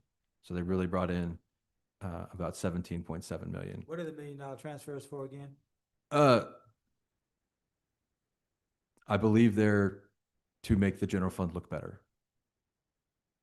I mean, they can be Were they for it. contributions, could it in fact be contributions that are reimbursements for staff such as yourself? Yes, I mean, That that, are on the general fund side, but do work for the utility? yes, fund? that would be the intent. And like, that's where the utility fund, if working perfectly, funds itself completely and then has a slight amount of excess to cover two specific things. One is there are administrative costs to run the general fund. Yeah. Right? The city manager, finance, IT, communications, all that the utility fund utilizes. So being able to pay their tiny portion of that. Yeah. The second is to allow you to pre-fund projects as opposed to always having to, borrow money at an interest rate. You pre-fund them and then the city can do it cheaper. Yeah. That is a perfectly functioning utility fund. Very few places have a perfectly functioning utility fund. I will make note of it, but that's how it's supposed to run. So, I mean, I would say that the cost of all of that is probably, I mean, that might be what it's for. There's no No notes, there's no notes that Yeah. tell me specifically. but you suspect that's probably what it is. That's the most likely Yeah. thing. I know that we were working as a council, we were working on, and city managers were working on making sure that a percentage of what M&O staff do to support the enterprise fund, if I forgot the other word we were using, but utilities, there it is. Yeah. I do know that we were pushing that a portion be returned to the M&O because of the work that y'all do specifically in that area. So that, And- I'm sure that's probably what it is. And that in theory is fine. And again, a perfectly functioning utility fund Yeah. does that. The utility fund problem is it's also been losing money.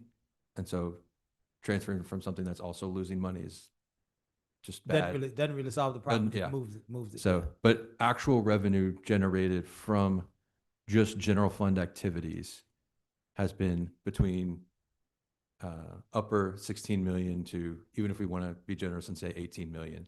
Okay. That's the numbers that I'm working with. And that includes this year as we're Yeah. based on our projections. So if we look at last year's budget and we can go back even further, the revenues for those have been budgeted vastly higher. Right. So last year's budgeted revenue was $24.2 million. Right. And again, we're going to bring in 18, maybe 19, because we had some one-time revenue come in. Right. And so what I'm trying to do is make sure we don't continue to make Yeah. that mistake. And so what we want to do is we're going to start working from a $20 million budget. Yep. Because you're saying we're probably going to raise 19. That's probably a fair number. And then, I would say conservatively 18 to 18 and a 18. half. okay, I do have in the 19 million number, I have a couple of one-time things one-time things. that are going to happen next year, or likely happen next year. Or not like, they're going to happen next year. And so they're accounted for in there. Yeah. But I would say the general fund on itself generates roughly about 18.5 million. Okay. So if we want to run a $20 million city, which is not what we have been running, by the way. We've been Yeah. running a 25, 26, 27 million dollar city. That necessitates, Yeah. big cuts in actual service to that, but also, Yeah. but yeah, So that's the crux of everything we've been trying to. So what this is going to boil down to, as we get into it, is going to boil down, my opinion, as I shared this with the council. We're going to be working on two budgets. One of them will be the bare bones, no new revenue rate that will ultimately cause rifts. And then we'll be working on another budget that will just keep things exactly the way they are, give us a year to recover. And then we're going to promote this to every corner and crevice in the city of Lamarck. And we're going to say, it's public hearing time. Bring your happy self down to council and let us know which one of these budgets you want, right? because this is a decision that, because of the nature of the decision, we want to be able to provide 2 tracks, and we want to be able to promote for the people, which track do you want? And I suspect that it'll be, people will lean one way or the other, and that'll give us the direction we need, because we're gonna put it in front of the people. This track is gonna lose, people are gonna lose their jobs on this track. And you got 5 folks up here, that are gonna have to make that decision. Or this track will keep status quo, but it's gonna cost us more. It's the people's money, and we're regaining trust. We're not at the point that we should be making these decisions for them. We're still at the regaining trust stage, so we need to be making these decisions with them, right? Yeah. So let's work on those 2 tracks. I'm not gonna push you for a higher revenue. I'm just gonna tell you what the way the rest of this is gonna go, and then we'll pump it up really big, and we'll get people to engage and respond, and we'll have our answer sooner rather than later. Yeah. I guess part of what I was saying is that there is still work to do on the no new revenue because it currently doesn't balance. So we do have to still do some work even on the low one. The one I had initially presented balanced, but as I've gone through and,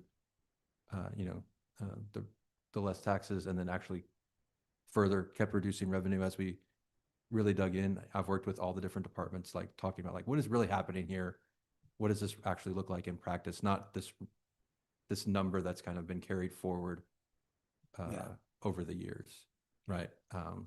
Which is a big part of the problem that, gets the city in its trouble is they think they're budgeting a big giant revenue number. So they think they can spend a big giant expense number, and then they don't bring in that revenue number. And then now that, The mistake that was made, Worth, is back when the rollback happened. We as a council understood if things were rolled back, that there were going to be some people that were going to lose their job.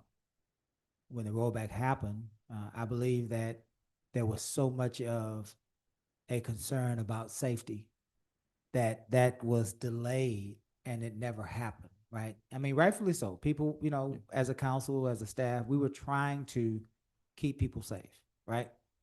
But ultimately what ended up happening is we didn't make those those employee reductions, and it got us in a big hole, right?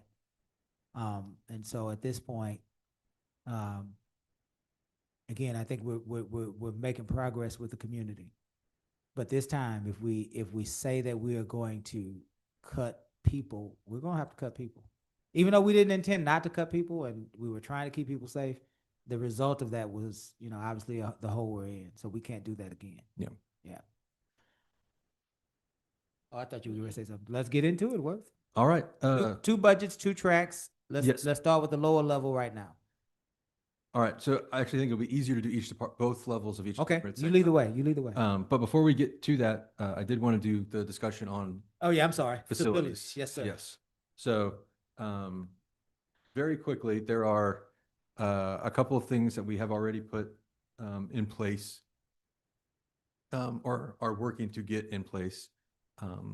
So on the IT side, we are working to get an actual documented inventory of all of the IT assets for the city. That does not currently exist. That is being worked on.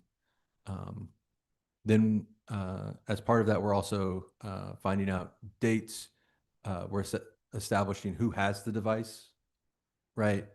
And then from that, we'll be able to actually create a inventory refresh plan that will allow the city to stay current on its IT, which would include, the system in this in the council chamber and all of that. And so that is underway on the IT side. On the capital asset side, a similar process needs to happen and has not yet. That's one of the things that we are looking forward from that, as Mr. Bro talked about yesterday, adding that in, converting one of those shop positions to an inventory control position. That's one of the things that position would do, is help us get all of that together. That way we actually know what all the city actually owns, where it is, what state it's in, how much value it still has. Because like even in our current audit, we're using estimates because we don't have an actual list and number, right? And then so once those are set, that gives us a good ability to kind of keep those physical things moving forward. In terms of actual like building maintenance, we have two positions for facility maintenance. They're both in the general fund public works department. They are both vacant as of right now. What we had talked administratively about and what we still administratively feel is the best move, but we're open to other ideas, is to, instead of hiring two people that can do some basic stuff, change light bulbs, you know, that stuff, is to hire a licensed electrician and a licensed HVAC individual and have them man our maintenance, because then we all can have them do small projects as well, right? Hey, this AC is not working right. Instead of us having to call out somebody, bring in a specialist who's going to charge us, you know, $200 an hour, we can have our own person go out and fix it. Same with electrical. We thought about plumbing, but one, we definitely don't have the money for 3 positions, but also we decided on electrical and HVAC because both of those positions allow for them to be like the second for the other, right? So like if we're working on an HVAC project, the electrician, because it's similar running wires and they work, you know, in walls and ceilings, they have a more natural comfort being the second for an HVAC project. And the same is true for the reverse, right? Your HVAC is a more comfortable being a second on an electrical project. And so that is the theory behind that, is that if we can get those 2 people in and hire, that it actually will in the long run save the city money on all like the calls we have to make as well. That being said, we haven't hired anybody yet. So, you know, we're probably, the idea, I think the idea is the right idea. We have not made it work in practice yet, but that's where our head is on that. But we are absolutely open to suggestions. I don't know if this is a suggestion or not on what you just said, but we need more people that are responsible for things. And so in that scenario, I don't have a dog either way. I'd like to see what your plan is more, but I do know in that scenario, somebody's got to have to be responsible. You're going to have a lead building maintenance person. Somebody's going to have to be the boss or in charge, and then somebody's going to have to be the assistant, because we have to get things done. You know, there are maintenance issues that all of these buildings have, and we don't have a real, I'm not saying that we haven't done an assessment, but I'm saying that assessment is not before council on a regular basis. We don't have our hands wrapped around it, our head wrapped around it, right? Yeah. So somebody in that new scenario is going to have to be the lead. And is that person then, who will that person report to? They currently report to Public Works, to Shannon. But again, open to suggestions. At different points in the past, I believe they have reported different places, but. See, we're developing a position now where I think you got this project manager idea, because we got some troubles with just getting grants complied with. You got that whole piece, and then you got the waste management piece working, and then you got the illegal dumping piece, and then you got the HR piece, and then you got the building maintenance piece. These are all little bitty things that take about maybe, and for lack of a better way to put this, because I'm not saying this is actually true, 15% of your time here, 10% of your time here. We started adding up these 15s and 10%. We got a whole person. And that whole person is reporting, in our scenario, will end up reporting to you. Yes. Right? This is some sort of an assistant to you is what it looks like, right? And I want to know if you're seeing what I'm seeing. I hear Mayor, I see Mayor Pro Tem nod, and I can't really see Ms. Williams on my peripheral, but it seems like there are a bunch of different things that have not been done. You're identifying them. You're letting us know, and we as a council are kind of putting them together, mashing them into one person, which is cool. But we need to know that so that we could direct you on what that should look like next year. Do you think this is forming into a person that works out of your office on all these different special projects, bringing them together? Do you think that? I certainly think it's possible. I worry that if we're asking them to do 15 different things that all have their own unique specialty, that it might be very difficult to find someone that can do all 15. We might only be able to find somebody that can do 8 and then have to teach them some. Would that 8 be a full-time job?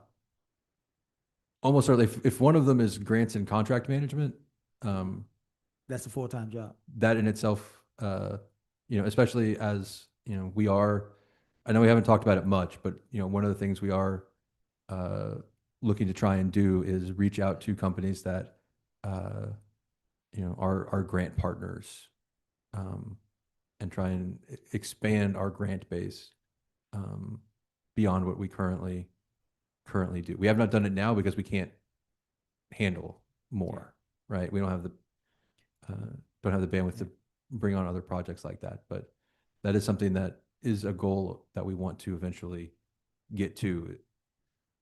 Yeah, see, I think we came into this scenario with the idea that one of the first things we want to do is eliminate a deputy manager. And I think we might be in the middle of this, realizing that Okay. we can't, right? I think there may be several different things that we have not done, that we were not aware that we were not doing, that we've discovered since we've gotten to the bottom that we should be doing.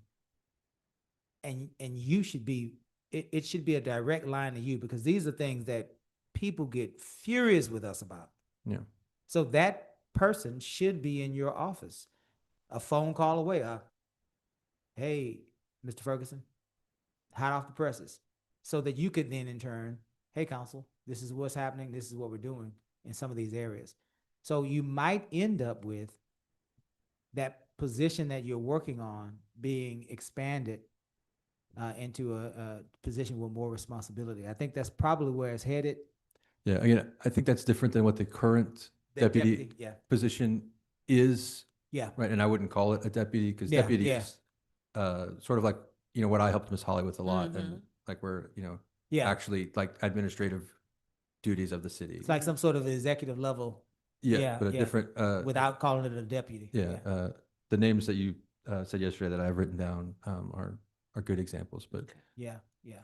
And then that person might be able to, yeah, yeah. I think that's what's actually forming out of this. So in any event, your comments about the building maintenance and the idea, I think they are taken. I like where you're going with it.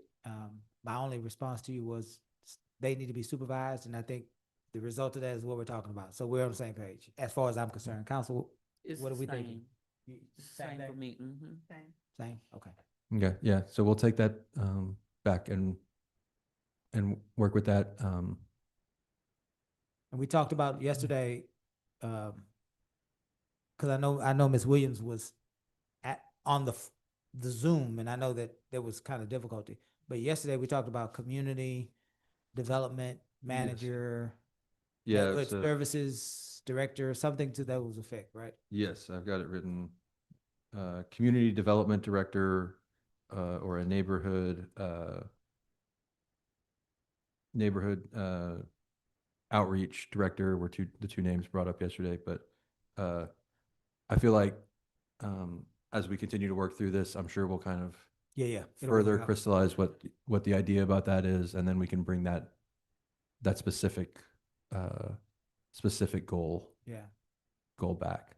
Because let me ask you this again, along those lines, we talked about converting at least one of those auto mechanic positions Yes. to an inventory control position. Yeah. And that person would report to, That person would report to Shannon okay, because they would be running the shop, the physical building called the shop. It's not actually Right. like a car mechanic Yeah. shop. They don't have the and equipment or anything. and outside of a facility, a support facility, there really isn't a whole lot of public works interface with that operation, right? It's the auto mechanic, they're kind of over here in the corner. I know we use the yard for a lot of storage, but again, these people go, great people, I'm sure, has nothing to do with the people. We're talking about the organizational piece of it. Yeah. But they go unsupervised. And nobody really knows what they are actually doing. Probably doing great work. It's sad that we don't know that, but it's concerning that we don't know that, right? So again, I'm giving you these, part of our problem around here is nobody holds anyone accountable, right? So Mhm. we got to start plugging these pieces together where somebody's going to report to somebody that's going to report to somebody that's going to report to council, right? Yeah. So again, when you're thinking about this new position to catch all of these things, if you have a building maintenance crew, a HVAC person, an electrical person, well, now you got some folks over at the shop, and now you got some inventory over there as well, and so all of these things start to form together again, because I think I've been harping on the idea that public works in a city our size should only be doing 3 or 4 things, right? And I think we identified those 4 things yesterday. Some of these other things are falling out of the cart right now. Yeah. Some of what happened, from the best that I can gather, is there were some things that they didn't know where to put them, and Some functions. some functions. Yeah. Sorry. And Public Works just Catch was the all. closest thing, yeah, that could come up. But I mean, again, I don't remember where it was reporting when I first started, but maintenance went to Public Works shortly after I started.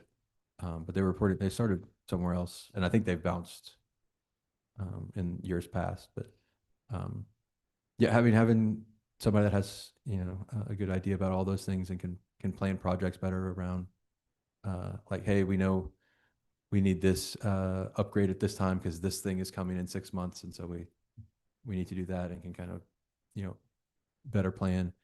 And I'm sure Public Works, Amanda and Shannon, who are, as y'all are aware, trying to manage a whole lot of stuff. I'm sure they would understand Yeah. if some of those auxiliary things were Taken away. taken yeah. away. At least until we get them organized where they report directly Yeah. to the manager, and the manager Yeah. can write in real time. And then a couple years down the line, once we get a culture, once people are established and we know exactly what we should be doing, if we need to reorganize maybe again, then that's, that might be what it looks like. But right now, because there is so much Yeah. and here's what happened really, really quickly, what I see that's happening as we get new councils and new managers, Things get lost. the culture is lost, and then we don't know what to do, and then we just add our version to the culture. It's exactly what's happening. Miss so and so did it one way, then Miss so and so did it one way, then this manager did it this way. This manager, then now you got Miss Holly who's done it one way, and then Miss Holly's a little different from Worth who's doing it, and then Miss Burkhart's going to do it, and that's okay. But we just keep piling new stuff on top of, and nobody really tries to understand what's happening at the bottom. Right. Right. I think as we rebuild the financial foundation of the city, I think now is an excellent time to also Yeah. rethink the foundation organizational Say it. structure. Yeah, and- you almost literally have to. While we have the chance, because this is an opportunity to do that. Yeah. Yeah. I think we're on the same page. I think so. So I like the idea. We like the idea. I would say move forward with the idea of building maintenance folks reporting to this person in the sky that's forming. Yes. So I think that's the plan we have for Okay. all the different types of maintenance and plans. And then, as that gets better, council will have, like, not just council, but part of the transparency thing is we'll actually make those lists Because pseudo public. yeah, because Worth, when you think about it, we had a library that went without HVAC units for years, really. We got police officers in a police station that is not optimal, right? We have firefighters in I don't even know what that used to be next door, but whatever it is whatever, right? Yeah. So- Which also has ACs that are struggling. Yeah, struggling ACs, Yeah. our AC was out here. Yeah. City Hall isn't hardened, from attack.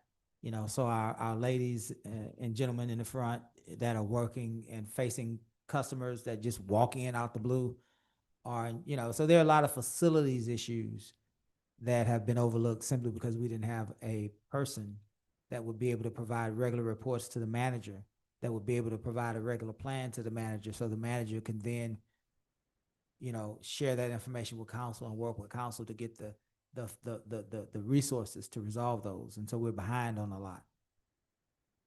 Yes. Yeah. Maintenance, not just in here, but, similar things happen with our water lines and sewer lines, right? Yeah. We decide we can't afford to, do this maintenance on this year. We'll put it off. And what happens is it's 20 years later and that line is now catastrophically broken and needs emergency repairs that cost millions and Millions of Mhm. dollars. Yeah. Yep. And we've lost all sorts of water, or our infrastructure is broken, and all sorts of Yeah. sewer backups. Anyway, we Yeah. get it. We get it. Yeah. So now we are turning toward. We are Do turning you want to to start with fire? Fire. Yep. We're gonna start with All fire. right. So I'm gonna bring Chief up. I'm gonna find a microphone real quick. There go one right there. Take that one back. Conrad's gone. I don't think he's gonna want to speak to us. Conrad said he helped us all he could. Yeah. So he gave us his brain for a few hours. All right, where's fire? It's right there at the front, huh? The top? Yeah, it's the first. Okay.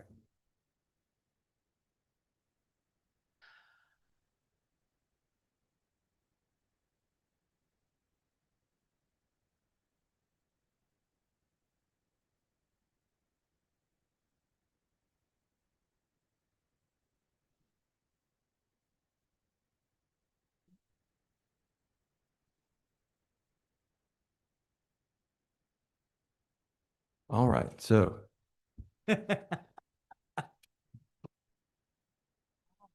I'm going up yonder. Yonder. I'm right behind you. I'm right behind you. So that's the last song they play at the funeral.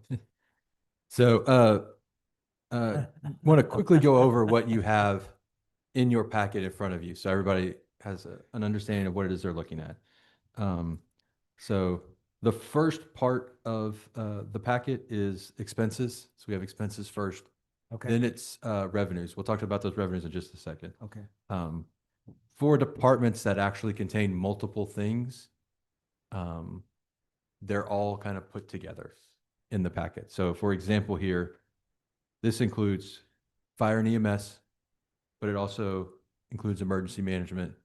And then there is a separate set of accounts for a fire marshal's department. Those accounts are not used. All that is accounted for in the fire EMS side. Because it exists, I wanted to include it for y'all. So this does include two and an unused departments together on their expense side. The totals in this are at the top of each section. Okay. So the overall total for any of the columns is that first line Okay. that says all at the end. So that's everything rolled up on the expense side. Below that, each department has a bolded line. That bolded line is the total for everything underneath it, which is that department's expenses. Okay. So then the other information you have here is that is fiscal year 2024 actuals, fiscal year 2025 actuals, fiscal year 2026 year to date. Again, that's of the date that I pulled that number. So it's changed since then because I didn't pull that number yesterday. The budgeted amount in fiscal year 2026, the budget amount available is how much is left, how much has not been spent in those line items. And then the next three columns are the three most important. They're the actual things that we're working towards to build these two budgets. The first one is fiscal year 27 initial proposed no new revenue.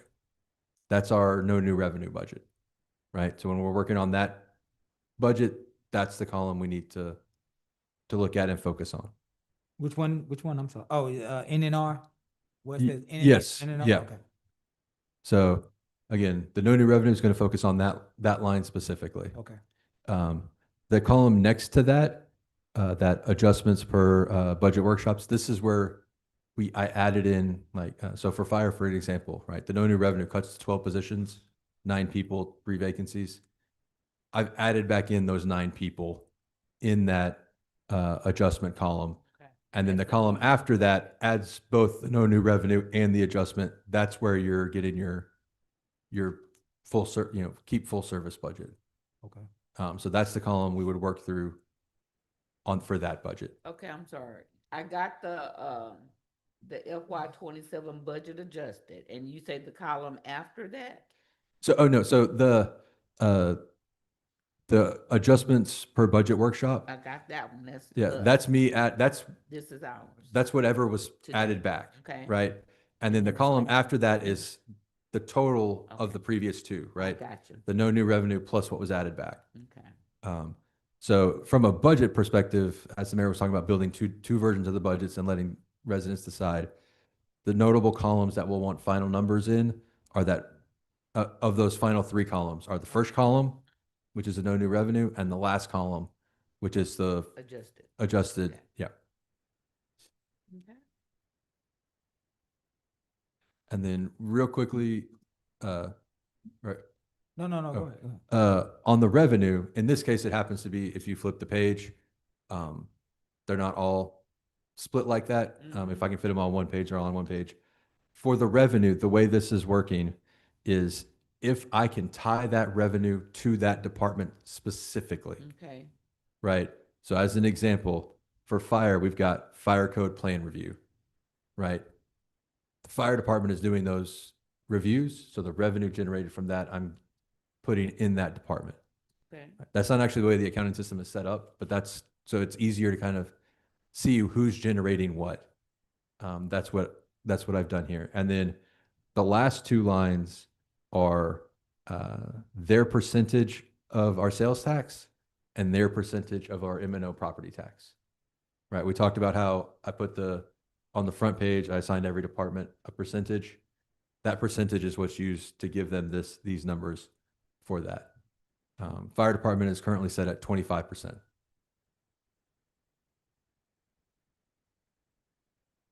So that's where that's sort of what the revenue side looks like. This is not intended to be a fire department every department only is able to support itself type of thing. It's just trying to align, Just trying to show. to show direct revenue generation Yeah. from a department. Right. And then everything that isn't that is sort of in that non-department section or, Yeah. So that's what this is trying to show. That way people can better understand where things are coming from. Yeah. It's not intended to say, this is the only way to fund this department and it can't fund itself, so that needs a change. It's just trying to show what that department is actually generating in revenue and what a split of tax looks like. Where does your dollar, the old where does your dollar Where's your go? dollar going? Yeah. Right. So that's what that chart up here is sort of doing, is saying of your property tax dollar, this is how we're assigning it right now in this budget. Again, those percentages can change, but that's what that's trying to do, is show this is how that property tax dollar is being split. So I am ready to start on expenses on wherever y'all want to start. So a couple things worth as we lead out.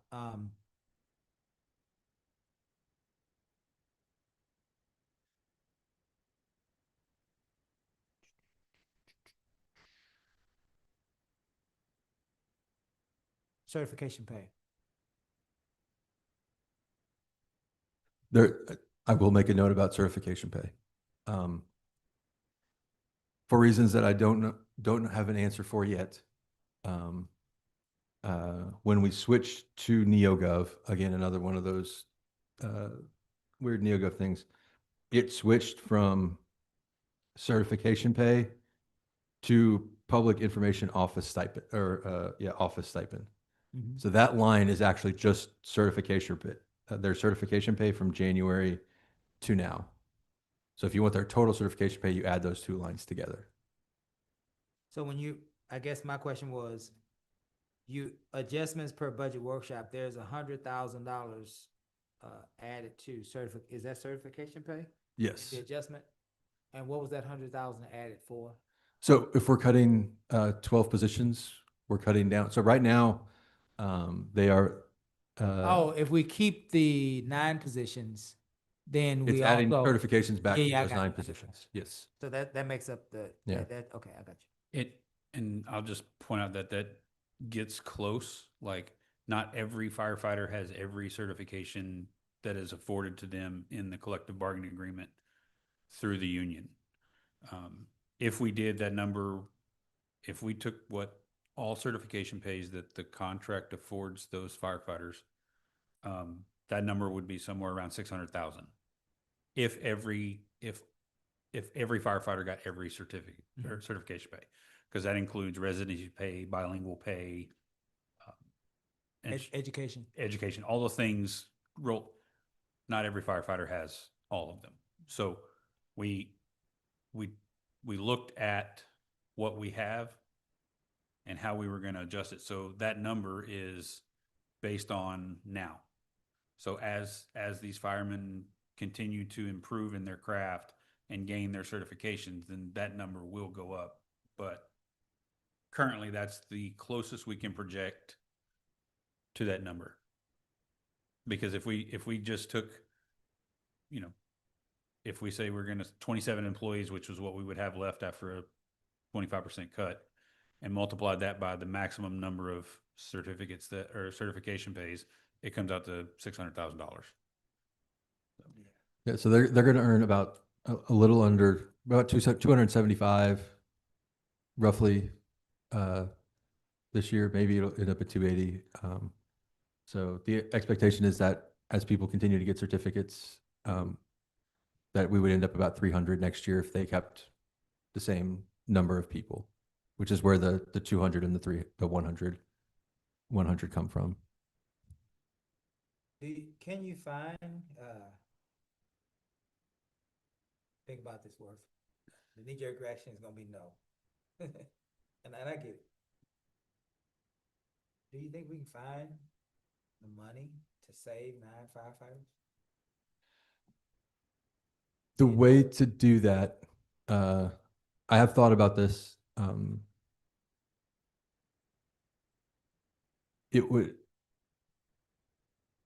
It either involves a new revenue, right? But if we want to stay at the no new revenue rate, the way to save them is to realize that that is going to further have to reduce something. It might not be a massive further reduction, but like it still has to come from somewhere. And so we've got that at about saving 9 firefighters costs, roughly $1.5 million, or at least that's what we have on here. If we went from, and again, I'm not recommending these things, I'm just saying these are just purely examples. If we went from 37 PD to 32 PD, right? And we went with a more focused but less breadth public works, right? Like we committed to, these are the things we're going to do. We're going to do them awesome, but some of these things that we used to do that are just kind of nice to have, so we just drop, right? We're more focused, right? That's how you could find the money to do that. The other big thing that could happen, and this one is much harder to predict, is there are, I know Chief and I have talked, they're due for a new review of the fire fee schedule. That's true for virtually every department in the city, except our water rates, because we just did those. But basically everything else in the city, Permit fees. yeah, all of it's due for a review. There's not time in the month we have before, like, we have to figure this out to be able to perfectly project what that would look like. But that's the other sort of like revenue thing in the room that could happen over the course of the year. That would be able to assist. I don't know that it would be enough. Again, there's some we can't do because they require a longer process. Like, we can't change our impact fees. Something that needs to, like, we need to raise them, but we missed the window from the last study to do it. So we have to actually start that whole process over again to raise them, get a new engineering study, the whole thing. But there are fees, again, permit fees, inspection fees. There's a bunch of UB fees. Most of them are actually penalties, but I'm sure there's, I know I'm forgetting some, but there's those kinds of things that can go up. And that is a way to make up some of the difference. I don't, without having a hard number for you, I don't believe that would generate 1.5 million, just raising fees. But that's the sort of no new revenue generation side that could help.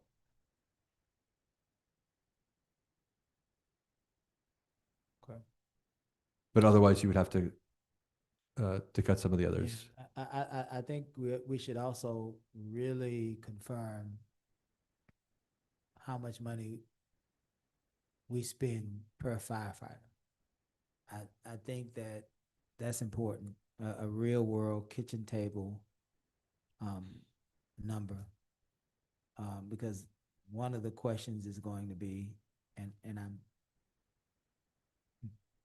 he's a gentleman, he's a kind man, so he's probably not going to say this to you, but I will. Chief Merriman is probably sitting over there thinking, how in the heck is this man coming up with $150,000 per firefighter? When what is your rookie pay, Chief?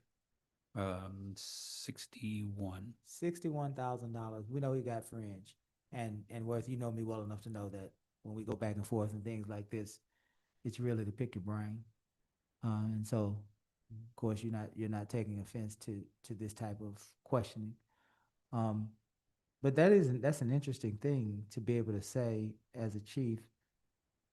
I pay my folks $62,000 a year, and I know that there's some fringe, so maybe that puts us at 75.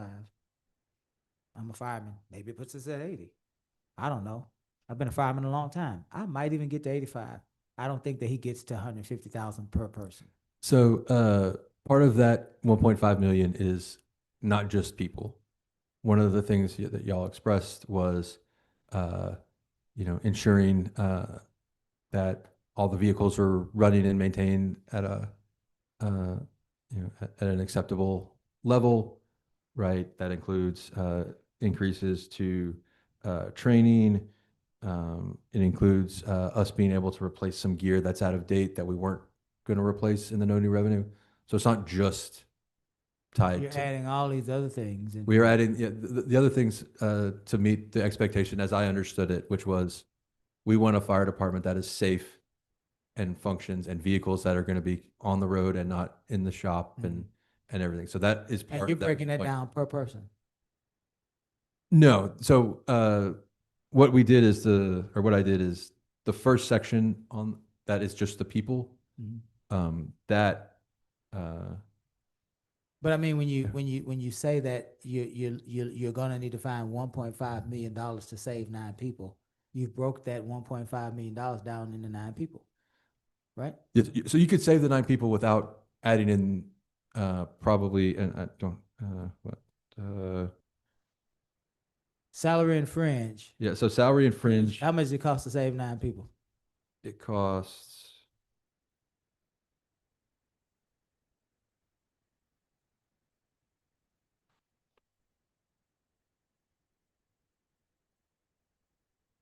Salary and fringe based on the number I have here, because the 9 people you're saving aren't at base pay, Mm. right? As Chief will let you know, these are people that have been here 3-4 years, Yeah.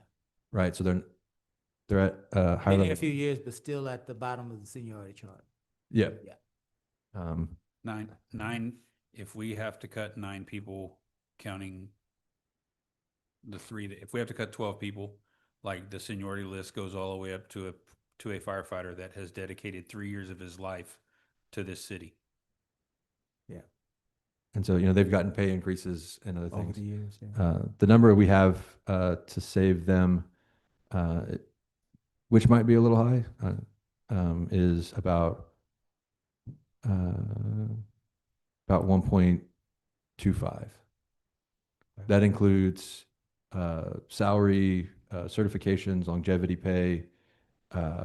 It actually will reduce our need for overtime by having more people. So there's Okay. actually a reduction there. It includes taxes, retirement, health insurance, and the additional workers' compensation, Yeah. and vacation, holiday, all that is accounted for. Yeah. In here. I'm going to open this up for the rest of the council. Before I do, I'll say this and leave it here. I suspect that it is extremely important to have people that can save our lives within a few minutes away, right? And so that becomes a priority on a different level, because if you can't breathe and you can't operate on earth, then you can't be a part of a city or pay taxes, right? It's weird like that. So I think that this is definitely worth saving. I'll stop here though. And I see Miss Yancey writing. So this is going to be one heck of a question. I already know. She's getting ready to knock our socks off. Miss That's Yancey. all right. I've got Chief Merriman here to answer the arguments. To deflect, Come on with it, Miss Yancey. I know you're getting ready to save the day. Now, come back with me, because I'm actually you're talking right. about sidewalks. That's what I'm. You're over there ready to talk Sidewalks. about sidewalks. Yeah. Ms. Williams, did you have anything to add at this point? That's okay, go ahead. You don't have to. I know, I just feel so torn every time we had this conversation where I just want to say no, Yeah. period. Nobody No. leaves. Yeah. Yeah, no, that's And- all I got. Yeah. And that's the realest I can be And- about it. And honestly, Mayor and Council, and I've sat here and you've not said it a budget with me, but Ms. Yancey and well, this is even Ms. Griffith's first one. Like, I'll sit here and I'll tell you guys what we need to take care of the citizens. But you guys, and I'm saying this as sarcastic as I can, y'all make the big bucks to make the tough decisions. And regardless of the decision y'all make, your fire department is still going to respond to the best of its ability. I 100% feel that way, and that's why I have so much respect for the fire department and even law enforcement. I actually tried to be an officer. I could not pass the physical. So, I couldn't. I tried several times. I was like, "Ooh, this is not for me." So I just have so much respect. And I will also say, and Mayor Bell has heard me say this, and it's kind of a dig between me and a couple of fire chiefs in the area, but I'll still tell you that the Lamarck Fire Department has the best firemen in Texas. And that's a bold statement with the fire department, the oldest fire department in the state, just south of us. Yeah. So, Yeah. but me and that chief have a good working relationship, and we stab at each other all the time over that. Because I will tell you that, in my opinion, we have the best firemen there are, Yeah. and they do the best job, and they do it day in and day out. And they run a lot. Like when I started working in this town, there was 6 of us, and we ran 900 calls a year. Last year, we ran 6,283 calls with 2 fire engines and 2 medic units. And when I first started, our neighboring departments used to mutual aid us. They used to come to us because we were overworked, 75 to 100 times a month. Now we are mutuating out roughly 50 times a month and only asking for help 5 to 7 times. And those are usually for structure fires. They're automatic aid agreements. So Yeah. the yeah. tide has turned. Lamarck is maintaining its own call volume and helping its neighbors. And there are times, there used to be times when we would call for, we'd have a structure fire and we would have, 3 or 4 different departments in town. I can tell you now that there are several times where we've had, and this is a technical term, it's a room and content fire, where our guys handling, we didn't even need mutual aid. Like we handled our business on our own, and that's, the Lamarck Fire Department is finally standing on its own 2 feet and being what we do. And everybody wants to come train with us. Our neighboring departments have asked our guys to train them on RID operations and hydrant operations. Like we're the best. And I'm going to stand here and say that day in and day out. So Yeah. I apologize for going off on a tangent, but No, I believe it. we really do have the best crew there is. There is nobody better than us. Mhm. And I know that's a bold statement, but I stand behind it. Yeah. As you should. And that's why I say no. The other, And the- again, that's why you guys, you guys make that big dollar figure to sit up here and, Real- I could not do y'all's job in any way, shape, form, or fashion. So it's Yeah. y'all's to do. Yeah. And One thing, just real quick that I think often happens is because we always refer to everybody that works in Chief Mayor's department as firefighters, we forget, and everybody forgets that every one of them is also either a certified paramedic or a certified. yes, they all ride Uh, the ambulances as well. Yeah. So like, this isn't just about putting out fires. This is everybody in that department, Emergency runs medical services. emergency medical services. All of our firefighters are certified EMTs or advanced EMTs or paramedics. And there are 5 of us in the department that are also certified peace officers inside the fire marshal's office. So some of us are triple certified. Most of us, all of us are dual certified. So it's more than just, I think that's one thing, like, when we hear discussions about, well, why don't we just go to a volunteer fire department? Right? That's misunderstanding what is actually happening Yeah. in this department, right? This department is doing so much more than just Yes. putting out a fire. And so that's, And community. yeah, I think that just, because we just call them firefighters, I think people miss all the other things. That's actually they one of do. the last things, the least of what they do is Yeah. actually in context is actually fight structure fires. There's so many other things they do on a daily basis that are vital. Even when we did have a volunteer service and 1-man stations, not even 1-man units, we had 1-man stations. One paid guy, and then everybody else Yeah. came as volunteers. He or she would just drive the truck to the scene and hope for the best. We still had paid emergency medical services. They were private, but the taxpayer still had to pay for that service. And so we just were able to absorb that service into our fire service at a time when that was the trend, right? It was a growing trend, and I happened to be a firefighter, and I was in the middle of those discussions. And I will say that having my ability to have control of the EMS service ensures that our citizens get the best patient care that can be given. Yeah. A lot of times when you contract out your EMS provider to private services, and I've seen this in other departments and other chiefs that have, they run fire, but then they have a contracted EMS crew in their station. And if they find out that those medics are giving bad patient care, that fire chief doesn't have the control to correct that. It has to go to somebody else's supervisor, and sometimes it just kind of falls by the wayside. So in the scheme of taking care of what's best for our citizens, and I'm probably fixing to make every fireman that works for me mad, Mhm. but fire-based EMS gives us the best service to take care of our citizens because we control the quality of paramedic, the quality of EMT that comes to your house when you're having a medical emergency. And we control the medical director. We have a working relationship with our medical director. So when protocols need to be advanced, it all goes hand in hand. We don't just contract it to a person and go, oh, well, we hope for the best with that. Yeah. Yeah. So My only issue is have you found the money? Have you found the revenue? So we don't have to make cuts. That's what we're talking about now, Ms. Jansen. We're trying to figure out where we're gonna get anywhere from $1 million to Ward said probably 1.25 million, somewhere in there to bridge the gap.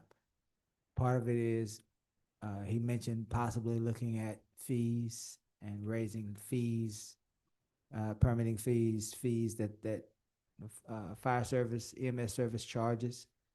The collection The stuff. collection, yeah, that's kind of how far we got with it. some of the EMS collection fees are kind of dictated by Medicare, Medicaid. They only pay X amount of dollars, and they kind of Medicare, Medicaid kind of has a hand in what we can charge Right. so that we maintain our Medicare license. But the rest of the fees, the other fees are due to be evaluated. We try to evaluate them every time we do a code update, and we just did a code update in 24. So, because we went to the most current code set. So Worth, let me ask you something, because I know most financial guys don't like to budget on that of the unknown, right? Sometimes. It is not best practice. Yeah. But in the middle of the year, when I worked in housing, I had a 4.1 budget to balance. We had quarterly meetings. Well, weekly meetings, but also quarterly meetings to say, are you meeting your budget criteria? Are you bringing in enough revenue to justify? Because we knew if you don't bring in the revenue, somebody could be laid off. Do we have those meetings? We have not had them since I have been here, mostly because we've been rebuilding the system. Right, since you've been here, yeah. Uh, But that may be some dialogue that that we talk about, and when Mayor, we're talking about training, that we talk about, so people know, this is what our budget projections are, this is where we are here. I know the police kind of do it because they knew that they weren't meeting some of their projections. Because you can't meet your yearly projections if you're not meeting your quarterly projections, right? So one of the things that is in the process is, we've rolled out all the transparency stuff for the citizens and council, everybody. The big thing that's coming next is individual departments are getting their own custom dashboard that they will be able to track everything on. It'll look OpenGov? open. Yeah, it's through OpenGov. And because I've got, the base for the others built, it's easier for me to build their own specialized version of it. But each department's going to get basically their own web page that lets them look at all the data they want to look at. And it'll still be live updating and everything. So that is coming. And then there'll be eventually monthly like checkups where they'll have it'll probably start quarterly just from like building it back up, but eventually be monthly where there'll be a calculation that's run on their numbers and says, hey, this number is out of whack, too low, too high. What's going on there? It doesn't match historical trends. It's not within our budget expectations. And then what they'll do is they'll provide an explanation for it. Because I think what's happening, because those conversations are not happening, the directors don't know where they are. As far as, are we bringing enough revenue in to justify this position? I mean, I'll be quite frank with you, most cities across Texas are mining for money. They're raising their fees to make sure they can keep their people, so they won't, when people call me and they complain about, we're getting stopped, we're getting this, and it's all across. I said, the cities are mining for money. Make sure your insurance together, make sure you have everything, because the city is looking for fees and fines to make their budgets. That's the reality of America. Some people say it's oftentimes based on race because we're easily identifiable, right? But the issue of is that cities have to make monies too. and this is how they make it. And I think what we could do, because let's be quite frank, our over budgeting has happened in public safety, but nobody's willing to give that up because we don't want to go back to drive-by shootings. But we do have to find the revenue to justify why they're not getting the cuts, as, you know, because you got some department heads that are like, hey, they've been having a party over there in police and fire, you know, the last couple of years. Why should we have to get cut when they're not? So we've got, I think what the mayor's, and I'm not speaking for him, but I think just being around this council now, and why we like to do from zero budgets is to build that revenue back in there. And to be honest, because the only way that cities make money is through property tax, sales tax, fees and fines. That's the truth, right? The revenue? Yes. I Yeah, mean, that's it. grants are their own separate thing, but. yeah. Right, that's separate. That's Yeah. gravy. Yeah. But the base of it, and so that's why I say we have to, you know, everybody's like, why the fees are going up? Well, the fees are going up because inflation is up and it's eating everybody's check, including cities.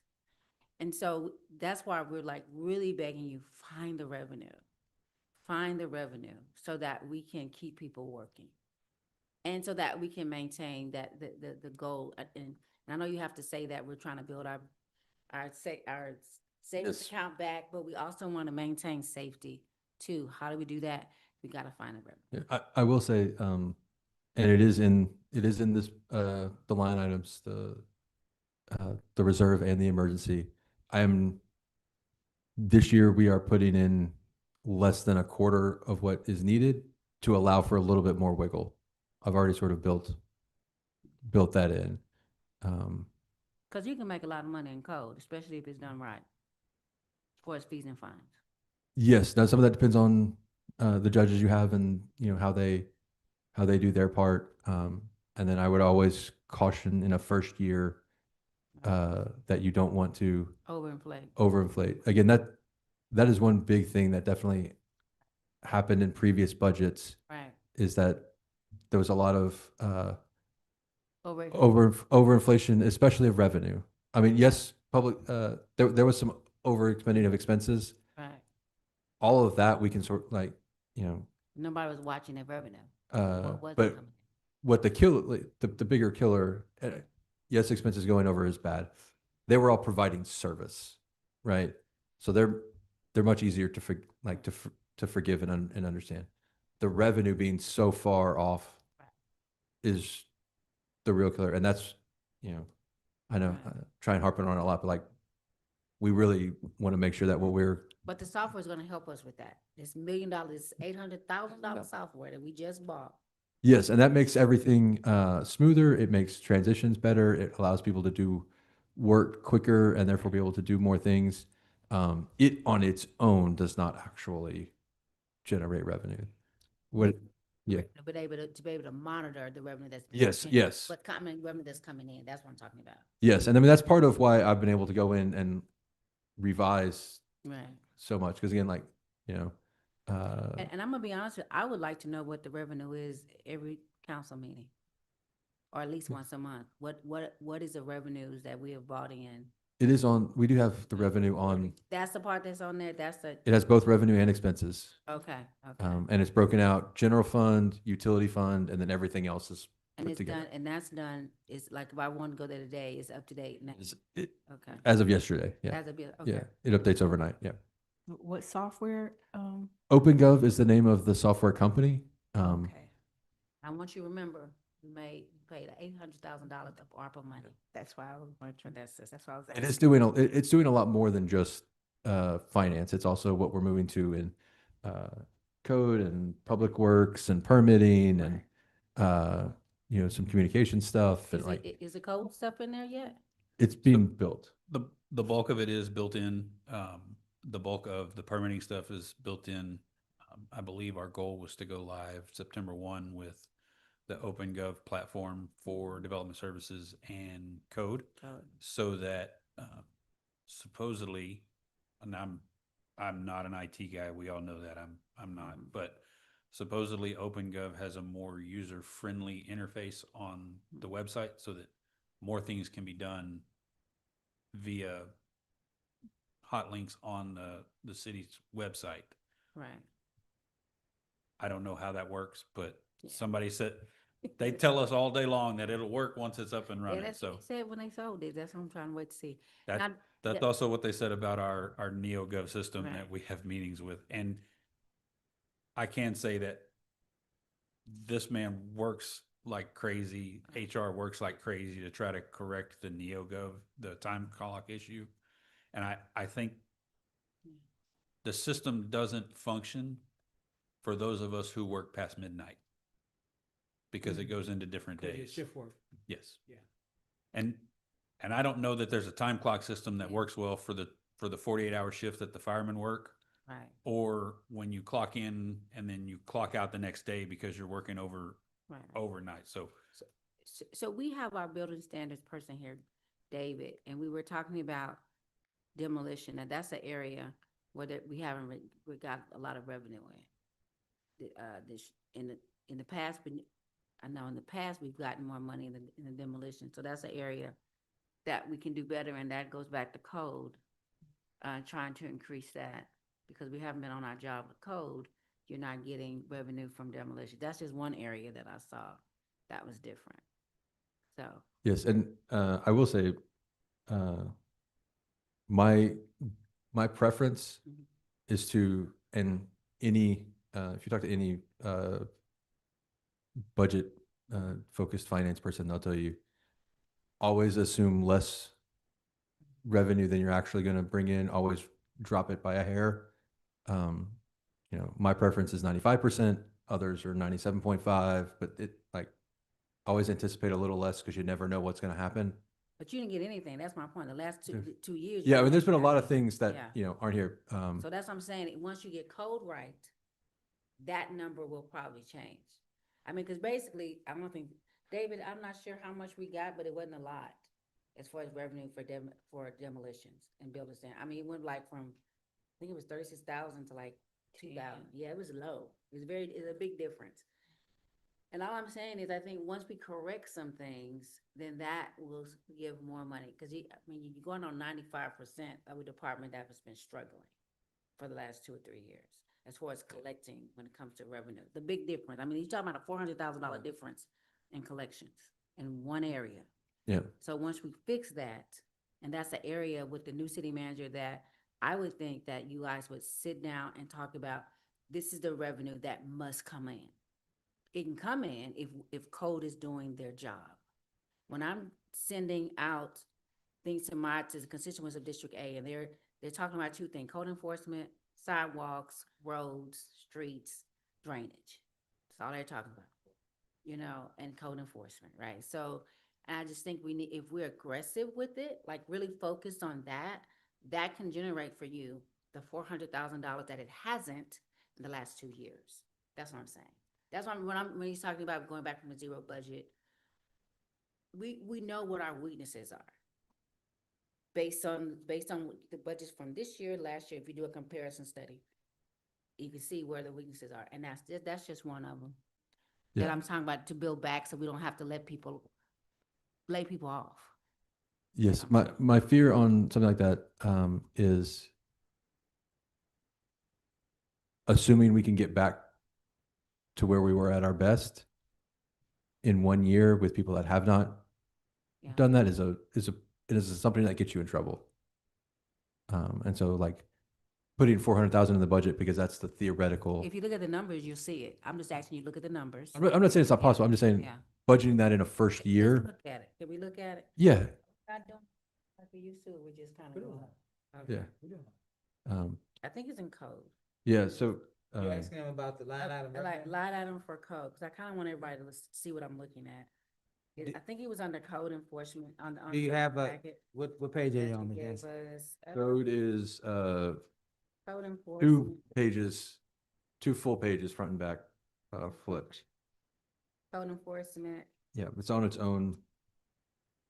Oh, I see. And I noticed that, I think when you first gave it to us.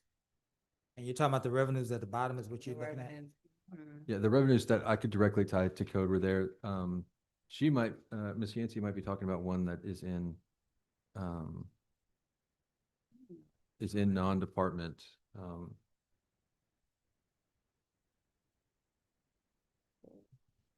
Trying to find it.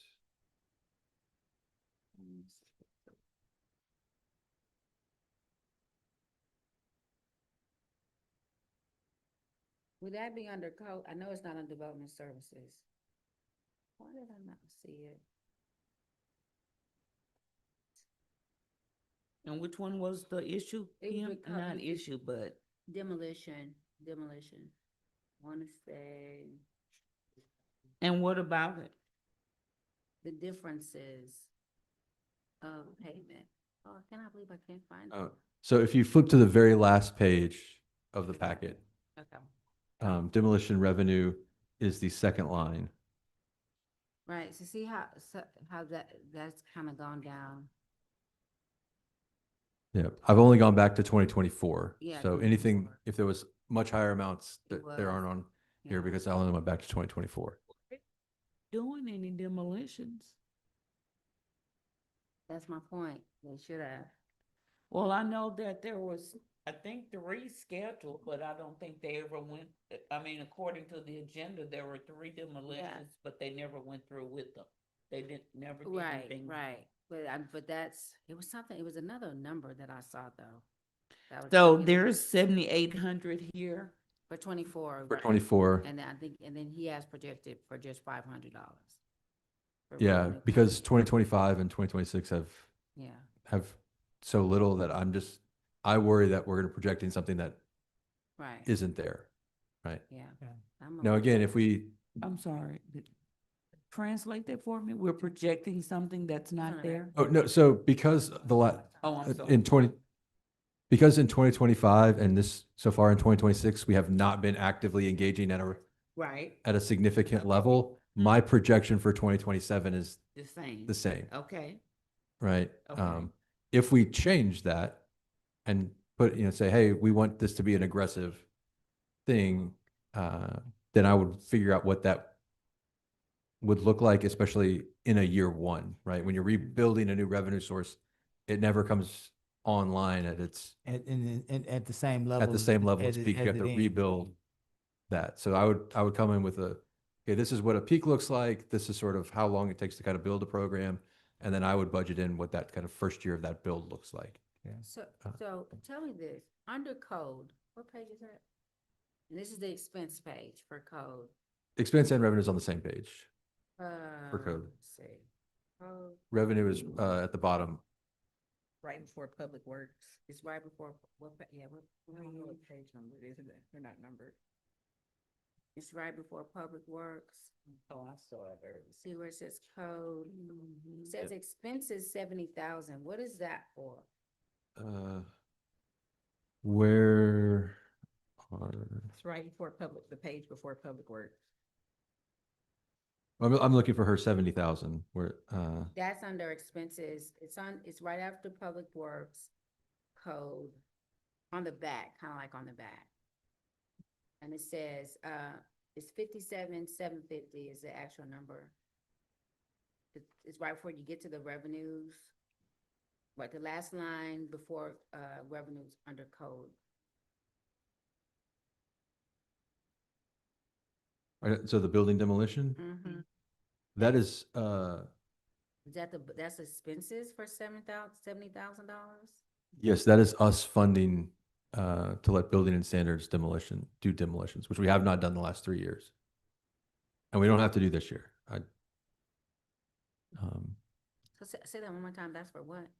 That is for the city to physically go in and demo. Oh, for the city to do it ourselves. Yeah, to do it ourselves. Property. Okay. Yeah, which we have not done the last 3 years. But I know it was one of the, as y'all were talking about, we want a city that's clean and doesn't have these bad things. So I put it in here as part of that goal. So for some of our new council members, code can generate revenue when it's done right. So when you implement the program, because we want to save jobs. And how we save jobs is making sure we have enough revenues.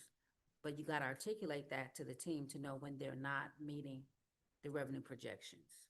And that has always been an issue for government entities anyway. We had an issue too with it. That's why communication was very important. So that was the issue why we got the software, so that we see in real time, money's going out, money's coming in.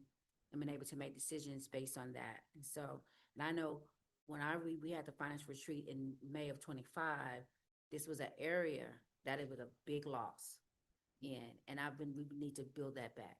That's what I'm trying to say. Yeah, and we are, working on capturing that. So like if you look at the revenues for code, um, we do want to be conservative in our projection of what we'll get back from liens, because that's not something we control, right? It's whoever happens to sell a property that we have a lien on, right? So we do want to be conservative in that, because we don't want to put $200,000 in that and then no one sells a house that year, and then yeah. So, but we did look at if we wrote 2,000 tickets in our first year as code, 2,000 citations, which is a number that we think is based on conversations with Chief Franklin. He thinks is possible. Like that's like, again, that may not, in 4 years when everything's fully running, everybody knows what they're doing exactly right, that number might be a lot higher, right? But in a first year, we have to be conservative, right? So we looked at 2,000 citations. And again, we're starting basically from scratch, right? So 2,000 citations. We then took what a citation does on the police side and how much money per citation actually makes it to the city. They're not perfectly aligned, but that's the best number that we can work from, because we don't have any code citations to see what that actually looks like. So show me this on that same page with the Mhm. revenues where it says tax revenue, sales and use tax. You're saying that's what we projected. That's what we had in 24, the 5,497,000. In 25, we had 6 million. In 26, we had 3, what is that? So the next columns are year to date. Right, okay. So the column in budget available, that's the 2,420,000. Is that what you're talking about? Explain that. For both sales and use tax and the current year property tax, those numbers there are in total. They're not broken out by that same percentage for each department that we're assigning. And sales tax is always 2 months behind. So So the proposed NNR for the fiscal year 27, you have that at 145,000. Explain that. yeah, so if you take our, and that number will have to be adjusted a hair because I just recalculated the new number. So it'll go down just a hair, probably $1,000 or so. Code, I have receiving 2.5% of our sales tax and property tax is the percentage I assigned to code. 2.5%? 2.5%. Yeah, it's this chart right here Okay. on the front Oh, page. back. Okay. Here, back. Okay. Kind of checked out there for a minute, Worth. Yeah, I was like, okay, you ain't gonna say nothing. I got you. Well, it is getting to be that time. I got lost in the discussion. We are thinking about moving, and we already have the code enforcement operation underneath the police department. So the question then is, how much revenue has code generated this past year? And it seems like, and I want to make a distinction here. I think that when you have code under a fire department, it is obviously more customer friendly, more compliance driven, because firefighters are like that. They want to work it out with you. So I don't really want us to look at the fire department or their leadership and code in a way that's not true. I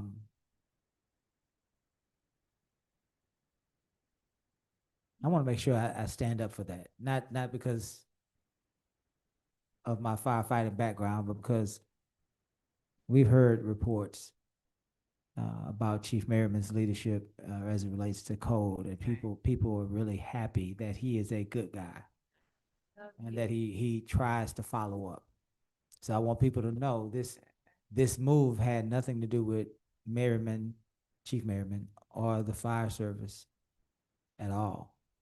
Consequently, having said that, I don't want people to think that Chief Franklin is a bad guy. But I need to say to you that it sounds like Chief Franklin is going to be really assertive in a way that only police officers can, in a way that firemen don't feel comfortable being.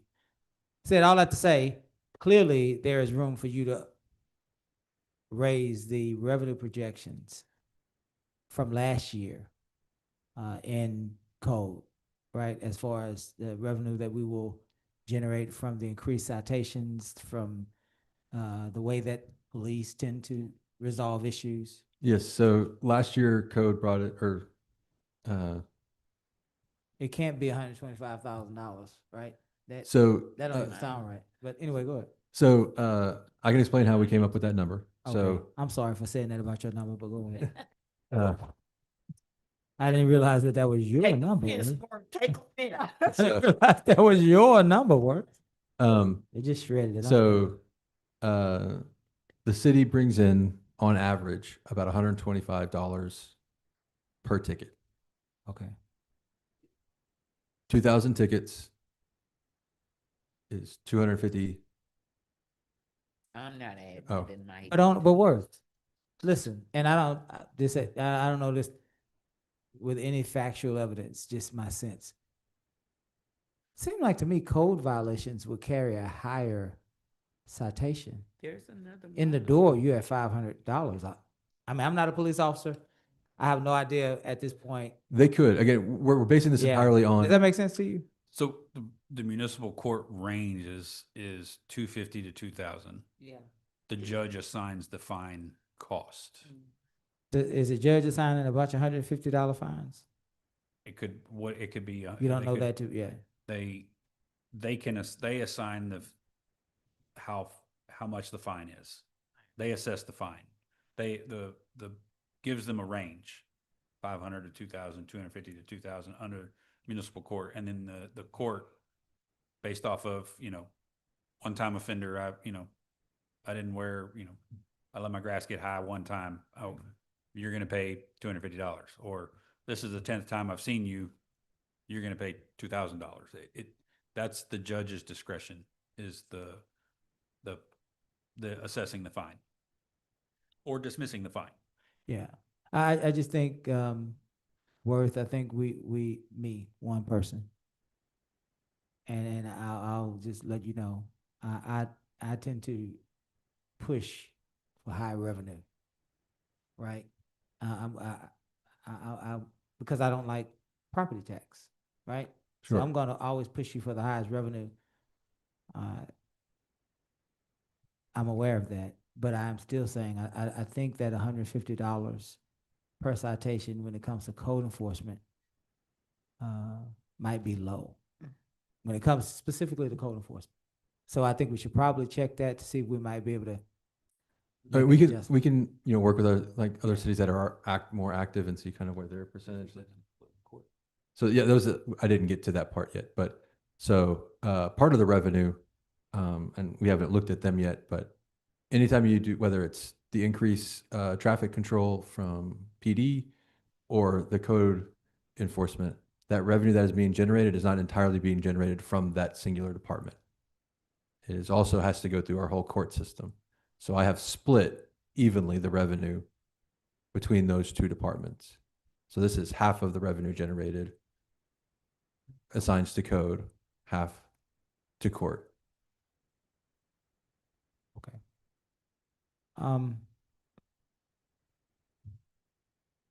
Can you do it? Yeah, go ahead. So 125,000 divided by 150 is 833 citations. Just at 150, let's say just stay low. Cause that number is low. Even though I know you gotta share it with the court. Just at 150, 125,000 divided by 150 So is 833 citations. that number would be 250,000. The 125 is codes, the 125 is courts. It's Okay. 250. So the full number would be Right. 250. Yeah, so we're expecting to generate $250,000 from the 2,000 citations. Where'd you get 2,000 citations from? That's just the number that, after discussing with Chief Franklin, we thought was a reasonable first year expectation. Again, you're talking people that have not been doing this. Yeah, no worries. Ramping We're up. just trying to And figure it so, out. Yeah. So did we which is not a reference small that? number. Did we reference that? Did we consider looking at the call volume? How many cases are open yearly? What's the call volume? How many multiple citations or documentations of citations or possible citations on each case? You get what I'm saying? We gotta, which I know you know this because you're so meticulous that you you divided the revenue streams by department. So I get that you're very meticulous. And so I appreciate that. So I think that we need to get down into the weeds. We need to get down to the weeds to help save these jobs, right? And I think, where we're at in this code enforcement piece, I think we got an opportunity to save a lot of jobs because I don't remember the code enforcement department up until, we've had these issues with who it's going to report to having this much of an issue with generating revenue, right? So I think that there is probably some work to be done in there. There's real work. It's based on the philosophies of a police chief and yourself. But let's back it up with factual information. Chief Merriman has all information somewhere in his department.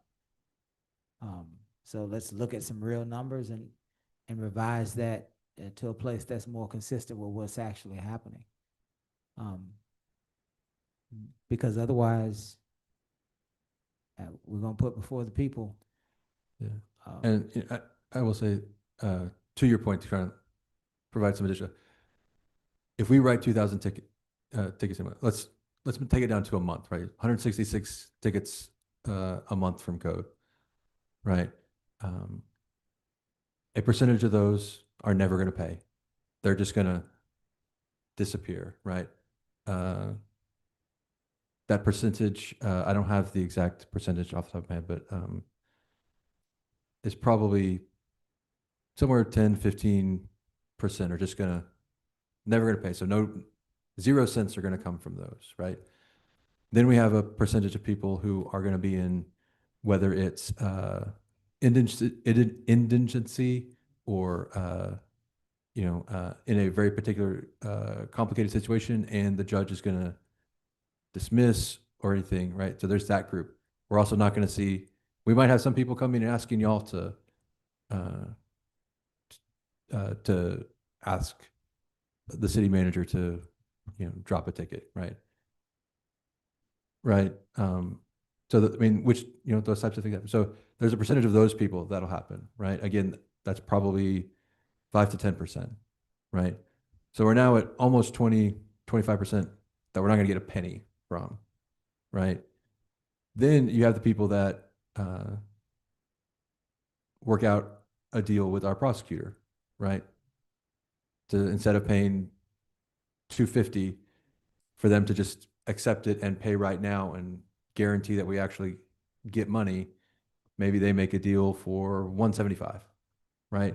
So instead of getting the full $250, that gets dropped down. And then you have the people that, pay it all. And then you have the people that, sign up for a payment plan, but only do the first payment. And so just because a ticket is written for $250, the reason that we don't plan on receiving that is all those other things that come in that drop that average.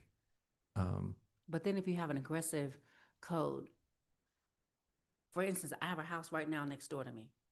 There was a car in my front yard. I didn't own it. I asked them to move it. They never did. Stayed there 9 months. It got reported. Took another 2 months to come get it. Same house next to me. There's a code thing on it. Grass is this high. it should be mowed. Somebody should mow it. We have mowing contracts. Code used to go in there and mow it after they did all that. We are losing money in code every day right now.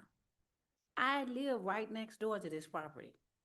And I'm telling you, I believe if code is done correctly and aggressively, you will see the difference. I encourage you to go see what it was in 23 and see what it is now. And now we have more people. Now we have, things are different. We've had an increase. We were at 19,000, now we're at 21,000. And I believe this is the area where you can comfortably do a little bit more. If the code enforcement does their job. Every day I'm watching this grass go higher and higher. Nobody's cutting. So, I mean, And that's another fee. So we're missing money right here. That's just one example. So when we talked last, when we did code with both chiefs up here, remember, one of the discussions that we talked about was how aggressive do we want to be, right? You can issue a code citation every day, For sure. right? But there was hesitancy among council about that being too aggressive, too much, right? So we didn't budget for that sort of like hyper aggressive approach. We budgeted for a first time you get seen, you get a warning. Right. Second time they come out, that's when they give you like, if it's not done tomorrow, it's a citation, or that type of. Can we go to the middle? Right now, it's too far. That would never happen in Lake City or Clear Lake. I'm telling you, because I've lived there. We have let things go off. We let things go off too long. If we're mining for money, so we don't have to lay people off, that's a place where you mine. Doesn't have to be hyper aggressive. Because can we come back from not doing enough to come in the middle? Yeah. So the theory right now is basically we would cite once a week for the same property for the same issue. And then after X number of citations, we would just take care of it. But once we take care of it, that citation Goes away. ability to continue to cite goes away, right? And so, you do have to at some point make a choice. How often do you want to cite? And then when do you want to draw the line and say, this is a problem for the city. The city's just going to handle it. And right, there's a very fine line there. The more you cite, the more potential revenue you bring in. I will also say the more you cite, the more you also increase the chance that somebody's going to see a bill, like have It's gonna be huge. 50 citations and they're going to get offered a, $50,000 That's what we bill, and they're just going to walk away. That's what we did, though. We were doing it. There were people that had liens up to $32,000. Yeah. Because they refused to cut their grass. And the more you get in those giant lien situations, the more you end up with people that just walk away, right? I mean, then we move that to, collections. Sometimes we'll have some opportunities to put some liens on some properties for those types of things. But relying on liens is also a very dangerous thing, because we only get that, one, if we can prove that we have it, which all new ones we do. But then it only happens when that person Yeah. sells property. At some point, and then at some point that becomes counterproductive Yeah. And then because the property is overvalued. Nobody wants to buy it. Yeah. So I've been the building standards liaison, and David is here. He can talk about some of it too. We actually had a lady that come before our council and blame us for her blight. That because the community hasn't protected her property. I'm talking about the barbecue thing. And that's because she does not respect our city enough. She lives in Clear Lake. And she's blaming our residents for messing up her unit. And I'm thinking, if we had been fining you properly, you would not have the audacity to come to us and basically, spit in our face to say it's your residents' fault. No, it's your fault. You're the property owner, and you have not done anything with your property. And it's an eyesore. It's a blight. And I'm saying, if we want people to respect us, they don't do it because they want to. They do it because they have to. And as a person that's on the building standards, and I've seen them come in and out, and they live other places, and David knows, I'll ask them, would you do this in Sugar Land? Would you do this in Deer Park? And they go, well, no, then don't do it in Lamarck. But because they know it's a weakness, they're taking advantage of it. That's all I'm saying. And I really think if we're aggressive in that area, I think you can generate 400,000 easy in this area. But just look at what I'm talking about from 23 and 22. Yeah. You get a chance. I will go back. I'll talk to some people that do more aggressive codes, see if there's a line, see if the line we're taking is still a little bit too cautious.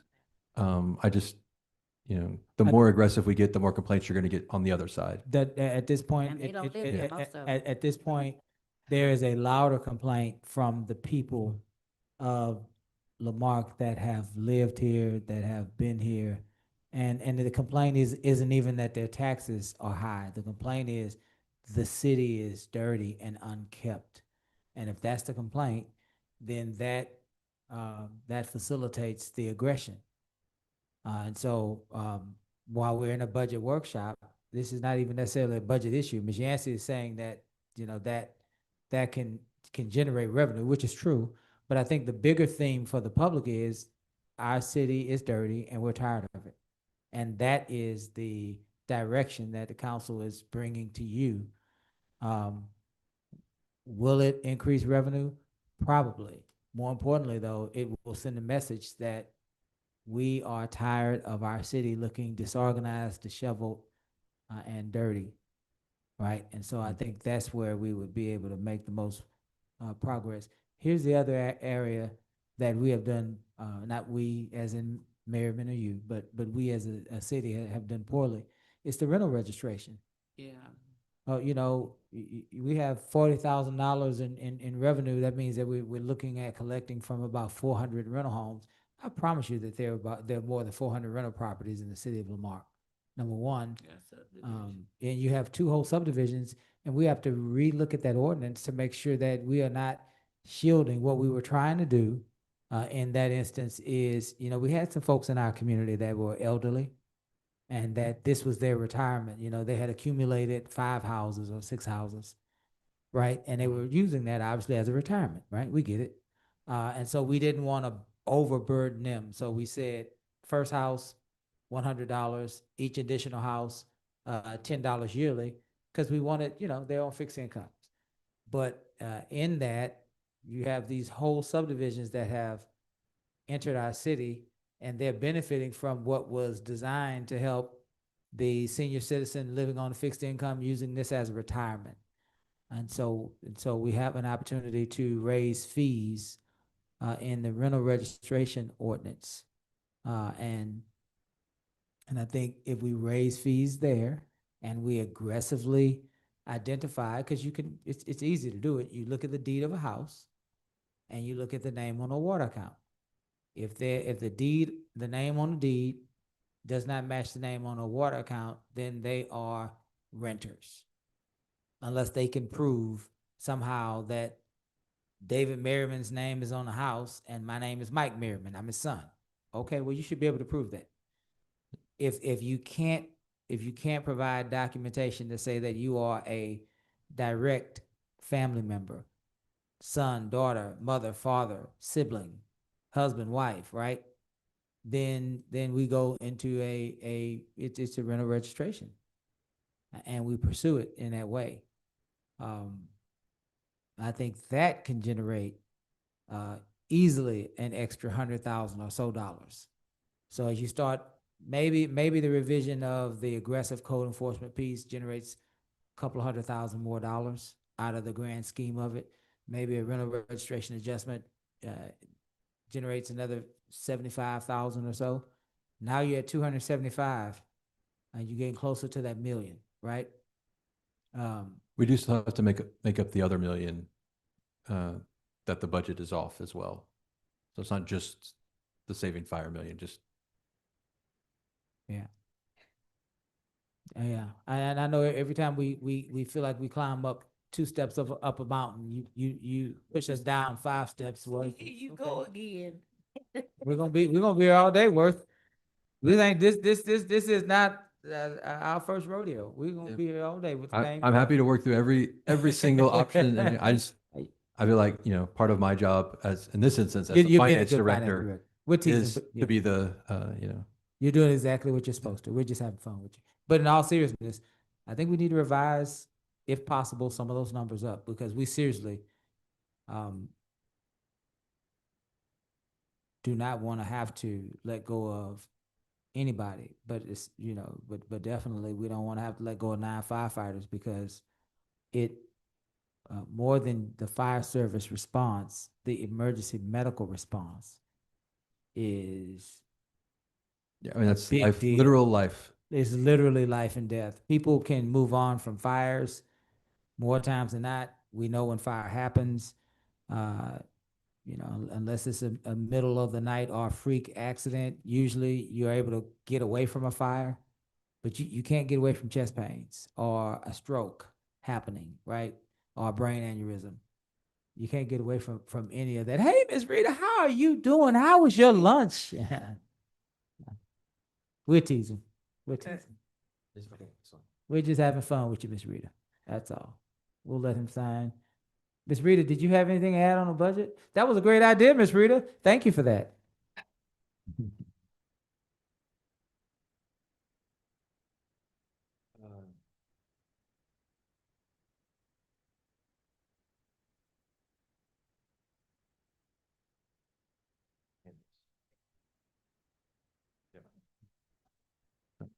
Making sure we still have a city clerk next week. That's a good deal. So basically, I think that we can get there because the people don't want us to let go of 9 firefighters because to them it's not even 5 people. Firefighters are good people. It is definitely James Osteen. It's a medical situation immediately, right? And so you got a bunch of people that want to save fire service because of that. We have a lot of seniors that live in our community, and they pay taxes, and one of their number one services is emergency medical service. So we got to do what we can to save that. So we're gonna have to dig deep because otherwise we gotta. I see you, James. I'm gonna bring you in as soon as I finish the statement. Otherwise, we have to reduce their services, and they should not have to choose between a higher level of tax commitment and life. Right? We ought to be able to do this, and I know you're going to help us do it. So I appreciate you. James, did you want to jump in? Get to a microphone if you need to, or did you? Can you get to that microphone so they can hear you? Maybe. I don't know if this will help or not, but I believe that you built in the, building up the reserve fund in this budget. You might want to know how much is going to the reserve fund that you might could cut that reserve fund or something. See But what the that's rate something to talk is. about. Yeah. See what the rate of replenishment is. Yeah. Did you have something, Warren? Non-budget. It's in the non-budget section. Oh, yes, those are in the non-budget section. Okay. They are, so, we are, budgeted to contribute 1.5 million to the reserve fund and believe it is 300,000 to the emergency fund. Did you say 800,000? 300. 300,000 300,000 where? into the emergency fund? So yeah, it's 1.5 million to the reserve fund and 350,000 to the emergency fund is what we have currently budgeted. 330, 350. 350. Yep. Let's go back and look at an aggressive rental registration program where we are no longer shielding those large rental developments, those developments that are purely rental. Mhm. See if we can get an aggressive. Would that be code enforcement? That would be. Is that under code enforcement? The rental registration? Does it have to be? Could those guys do it? I mean, it can go development services, it can go. It was originally under, so the rental registration coin operated, all of those permit fees were all under development services. And then rental registration got handed to code enforcement. Code enforcement. Yeah. So I was thinking we also are talking about in the back of our minds, this position, this community development. So it might be another thing that's, but the point is, we need to be more aggressive in code enforcement and more aggressive in rental registration. Let me circle back really quickly. Oh, sorry. Let me circle. Let me, she only let me see that one, only one side of that equation. I bet you the other side, what was the other side? I hit her first. Okay, She okay. replied. I said, y'all are gonna get us. Cause we are really pushing today. The other thing Worth was, we talked about this.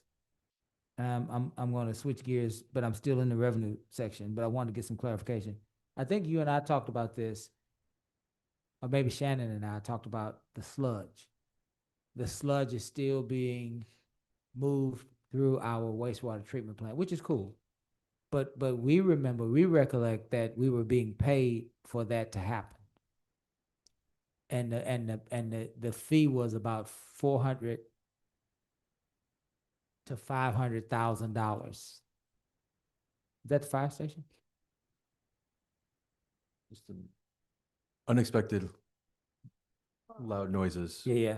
The fee was about $400,000 to $500,000 that they were paying us.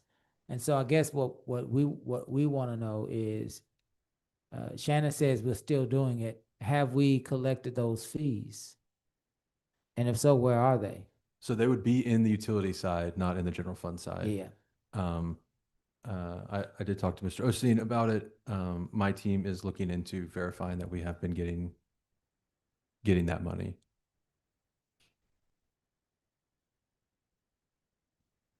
We'll have an answer for you Yeah. the next time we meet. I've been here. Yeah, cause yeah, please do. Please verify, because that's a lot of money for us to not know that if we got it or not. And I'm not saying you're saying that, but I we just, really need to- I can't say one way or the other because I have not personally. you know what? Yeah. No, but we do need that answer. Worth, Yes. I'm getting ready to stretch your brain a minute. And maybe you know, maybe you don't know, maybe this is something Gus has to look at. This is a huge stretch, but we're at a huge stretch moment.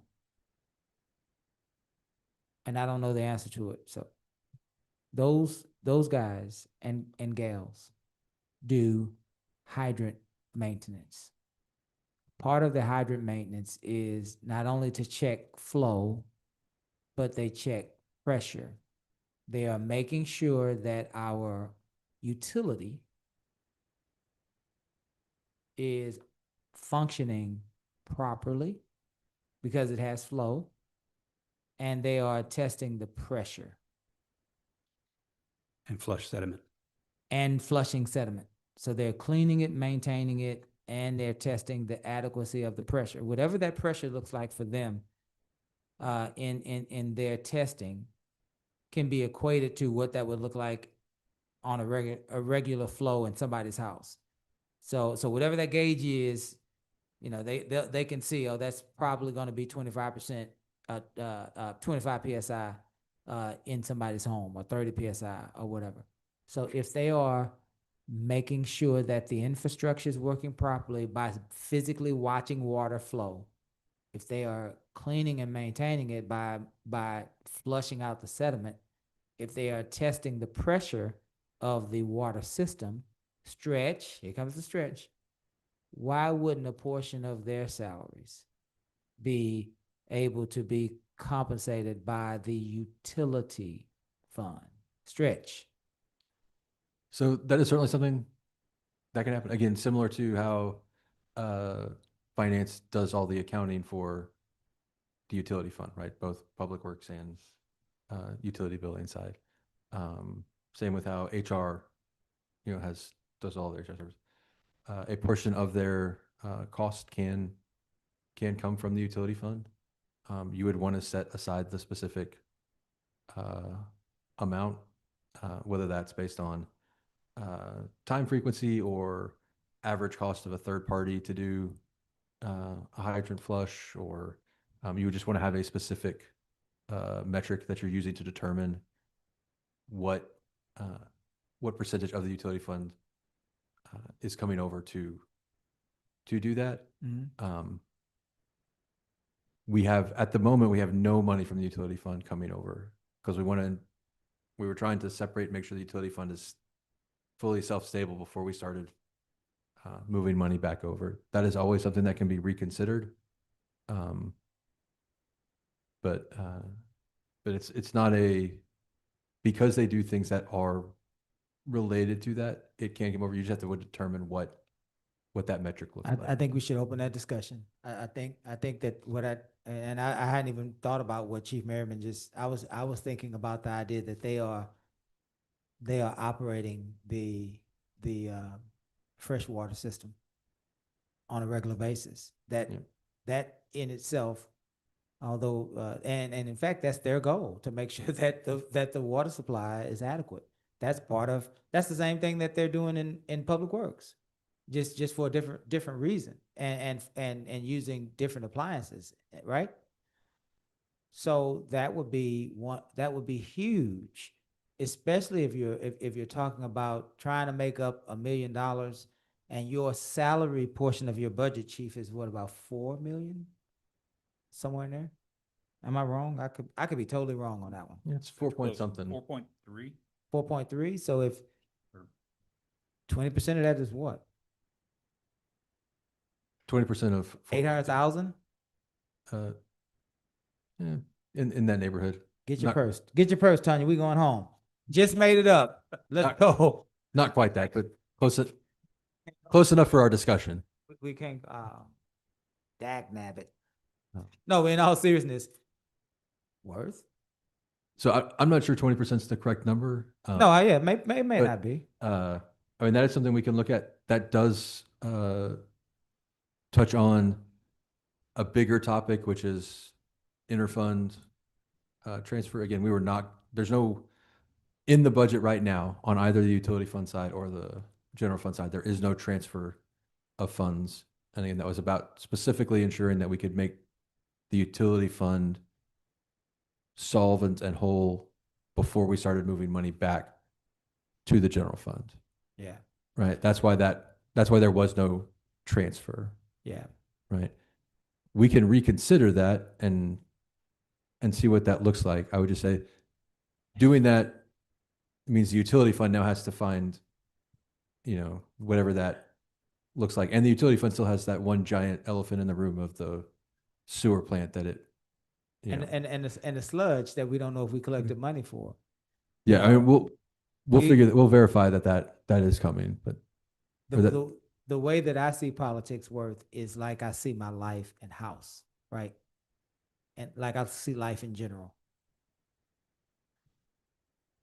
In reality, you don't go from the bed to the hotel, right? The couch is in the middle. And it's like you're taking us from one mode of operation and you're moving us into a different mode of operation. And there is no in between. But there is enough damage that has been done to warrant the in between. We have to sleep on the couch for a little bit, Worth. We can't just go back into the bedroom, right? You got to rebuild, which means you have to compromise, which means where you're trying to take us is where we need to be, but you might not be able to get there from here. You get what I'm saying? Sure. And again, I'll go back and look at the utility side and see what kind of rough number is absorbable without causing stuff. Anything around the utility is very complicated at the moment because,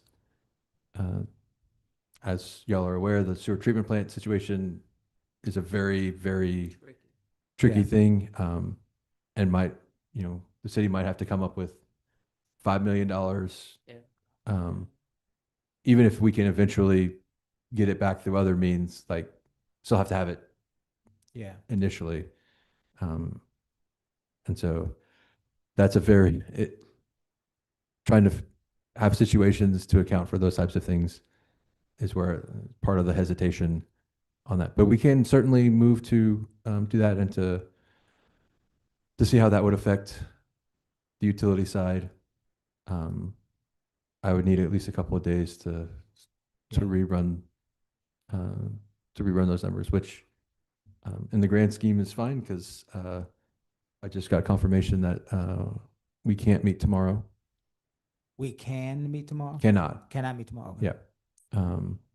There's an issue with the filing, so Okay. we have to cancel tomorrow's meeting. That does also mean that I do need y'all to schedule at least one more meeting besides next Wednesday. And it needs to be at least a week out so we can actually Post it. post it. Okay. So another day next week, you need to schedule. And I guess I'm sort of wrapping into non-budget things. And then I also need y'all to call a special meeting for after the budget meeting on the 19th. Yeah. So that we can move the ordinances along and do those. And so y'all can actually approve the contract for the new city manager. Yeah. So in that, we'll do that today before we leave. Yep. As far as calling a special meeting, that's one of three ways, obviously. Myself, I can do it, you can do it. Two of them, two of our colleagues can do it, but all of us are in the room, so we're gonna just get this done today. Yeah. But I wanna say this, Worth, when you're dealing with people in politics on a local level of government, you're dealing with what's really instinctual and what's native to survival and existence. And emergency medical services are very important, and they transcend the task of organizing immediately the issues with how we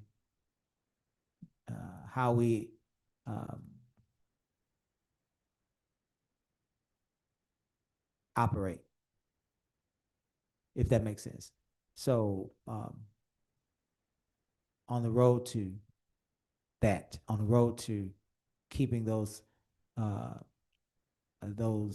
accounts separate, there's a bridge. And that bridge and on that bridge, there's about 9 firefighters and about 5 police officers and about 6 public works personnel, at least, right? And so I think if we understand that, the community understands that, they might be able to survive 6 public works employees. They would not want to survive 5 police officers, but they definitely don't believe they can survive 9 firefighters, right? It's how people think, right? So I think, again, a little flexibility in getting through this year, along with a plan for how we will totally get to where you're trying to take us in the next couple of years, I think is ideal. I'll step back. Anyone? Yancy over there writing the whole book. I don't know what you told her, Worth, but she's doing addition, subtraction, some multiplication, some division. Are you getting what we're saying? Because we're going to probably recap and start bringing this horse into the barn. Yes. So I will work through all the information that y'all have asked for. I'll either provide an answer if it's just a question like the sludge fee, but I will also update the general fund line item budget based on some of the discussions and send out a version 2. I will include a transfer from the utility fund that I think is reflective. Reflective but bearable, right? Isn't gonna Is a Cause- better word, yeah. cause kind of, any kind of catastrophic damage in that, Yeah. in that fund. And we'll continue to work through, things. One of the things we will try and get back to y'all for the next meeting is sort of a very rough estimate of what we think fees could do by raising all the different things that need to be raised. Okay. And try and give you some level of idea of what that might accomplish. I would also, in my finance director, I'll tell you, it's great to hope, but hope doesn't math. Thank you, Worth. And so, in the end, the budget does have to math. And so it can't just be hope. Since we have spent so much money on the process and our processes have improved, we need to see that work. I know as a resident, I want to see that $800,000 ARPA software work so that we can see it. And I think, you building back and squeezing, we have to show our staff and our residents that we're squeezing the limit and we're mining, trying to see what we can do to keep our people in this horrible economy. I know it doesn't feel like it to anyone, Right. other than maybe me, because my brain, has its own unique setup. I actually think it shows incredible responsibility and care that we aren't just using old revenue projections, that we actually said, no, those aren't real. That's part of the problem. Let's reassess and look at what we're realistically bringing in. To me, that is something that even if nobody likes what that translates to, it does show that we are being responsible. We are taking this seriously. We are addressing it, issues of the past. And as you like to say, we are building better forward. And this is one of those steps. But foundation stones are, by their own very definition, heavy, hard to move, and difficult. And that's what this is. Okay, so let's do this. Let's look at our calendars, ladies and gentlemen. You said that we have a meeting, Madam Clerk. We have a meeting on Wednesday, next Wednesday. Wednesday the 19th is a 10 to 4. We never set a meeting for next Tuesday, No, and today is Tuesday. today's Tuesday. Tuesday, you could do any day next week is still on the table. Okay. We would have to post today for Even Monday. Monday's on the table next week? We'd have to post today to do it Monday, but it's still technically on the table. 50. I didn't say it'd be easier. We could get it done before we have to close the office, but Can we do, council, what are we thinking about Tuesday? I'm open. and that being said, You want has she taught you how to do any of that yet? We already have Wednesday on the calendar. Oh, he wants an extra day. Yeah, he wants the extra day Because we're not doing tomorrow. Yeah, we're losing tomorrow. So I feel like we need at least 2 more days. A 10 to 4? 10 to 4 next Wednesday. Yeah, that's the one that's on the schedule. Wait, you mean next Tuesday or next Next Wednesday? Tuesday, I'm sorry. Okay. 10 to 4 next Wednesday is already on the schedule. Yes. Oh, Yeah, And so we're looking for a 10 to 4 next on the Tuesday. 18th. Yes, thank you. and we need to I attend. may have to leave early though. I have to be to my 3. At 3? Yes, ma'am. Would you like to do 9 to 3? Yeah, that'll work better for me. Is 9 too early? Y'all can start, but I'll be at 10.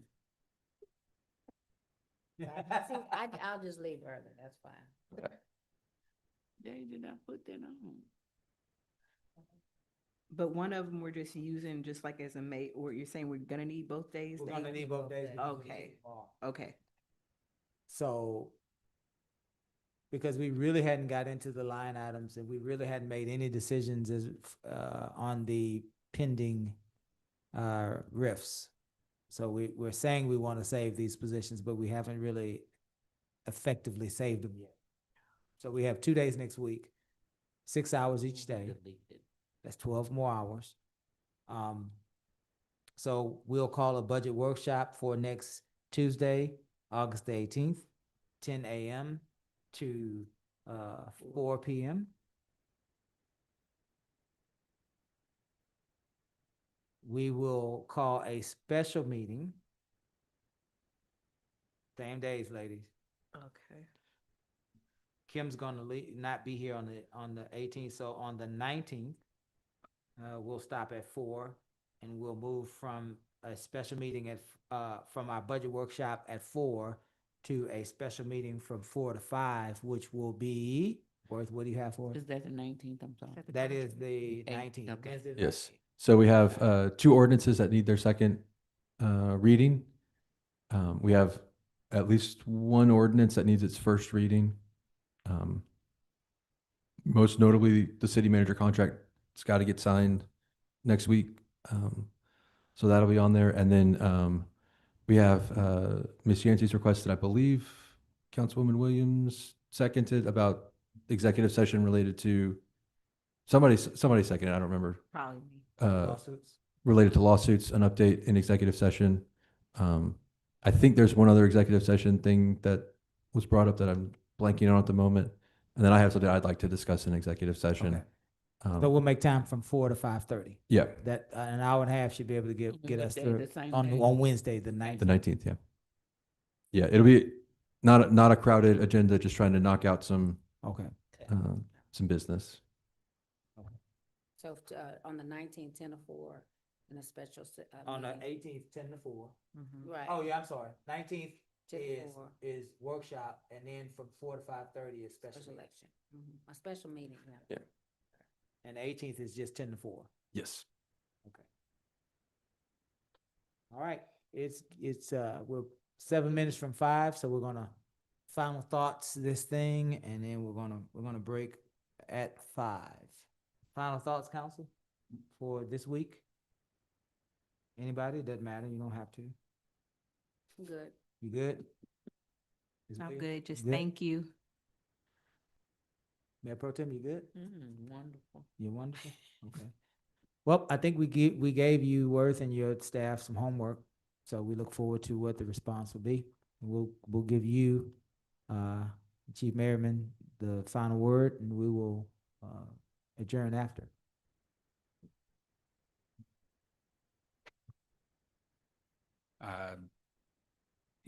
Again, you guys make the tough decisions, but I know there's an entire department full of people who appreciate y'all's support. Because it's obvious the support's there. I mean, the words don't go unnoticed. I mean, the support, it's here. It's just figuring out. And that's always the fight. And it's, I've been in this town for a long time, and that's always been the fight, was to keep supporting the men and women that do the work. So I appreciate y'all's effort for sure. Thank you, sir. I just thank y'all again. I know this is not what y'all would prefer to be doing, given that there are many other fun things in life that could be happening now. But this is the work that builds cities, that creates opportunities for everybody. And even if nobody in this room ever gets a thank you or a credit or anything, no great city is built without this hard behind the scenes work. So thank y'all for that. I will try and get y'all an updated draft by the end of the week. It may be on the weekend before I get it out to y'all. And then I'll make sure to have copies available. Very good. Very good, Worth. You may not know it, because this is, I assume, your first rodeo doing both, but you're doing a good job. And so you are functioning in your role, as are we functioning in our role, Chief. As we know, tomorrow is the first day of school. So be mindful. You will see fire trucks parked out welcoming back Marque High School and Haley Elementary. So Good deal. they'll be there. It looks like we will be at, let me give you the times.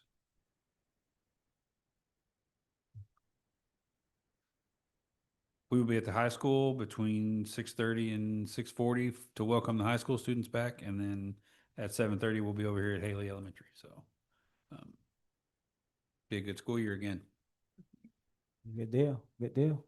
Council, if there's nothing further, I will entertain a motion to adjourn. If so moves, there's second. All in Second. favor? Second. All in favor? Aye. We stand adjourned.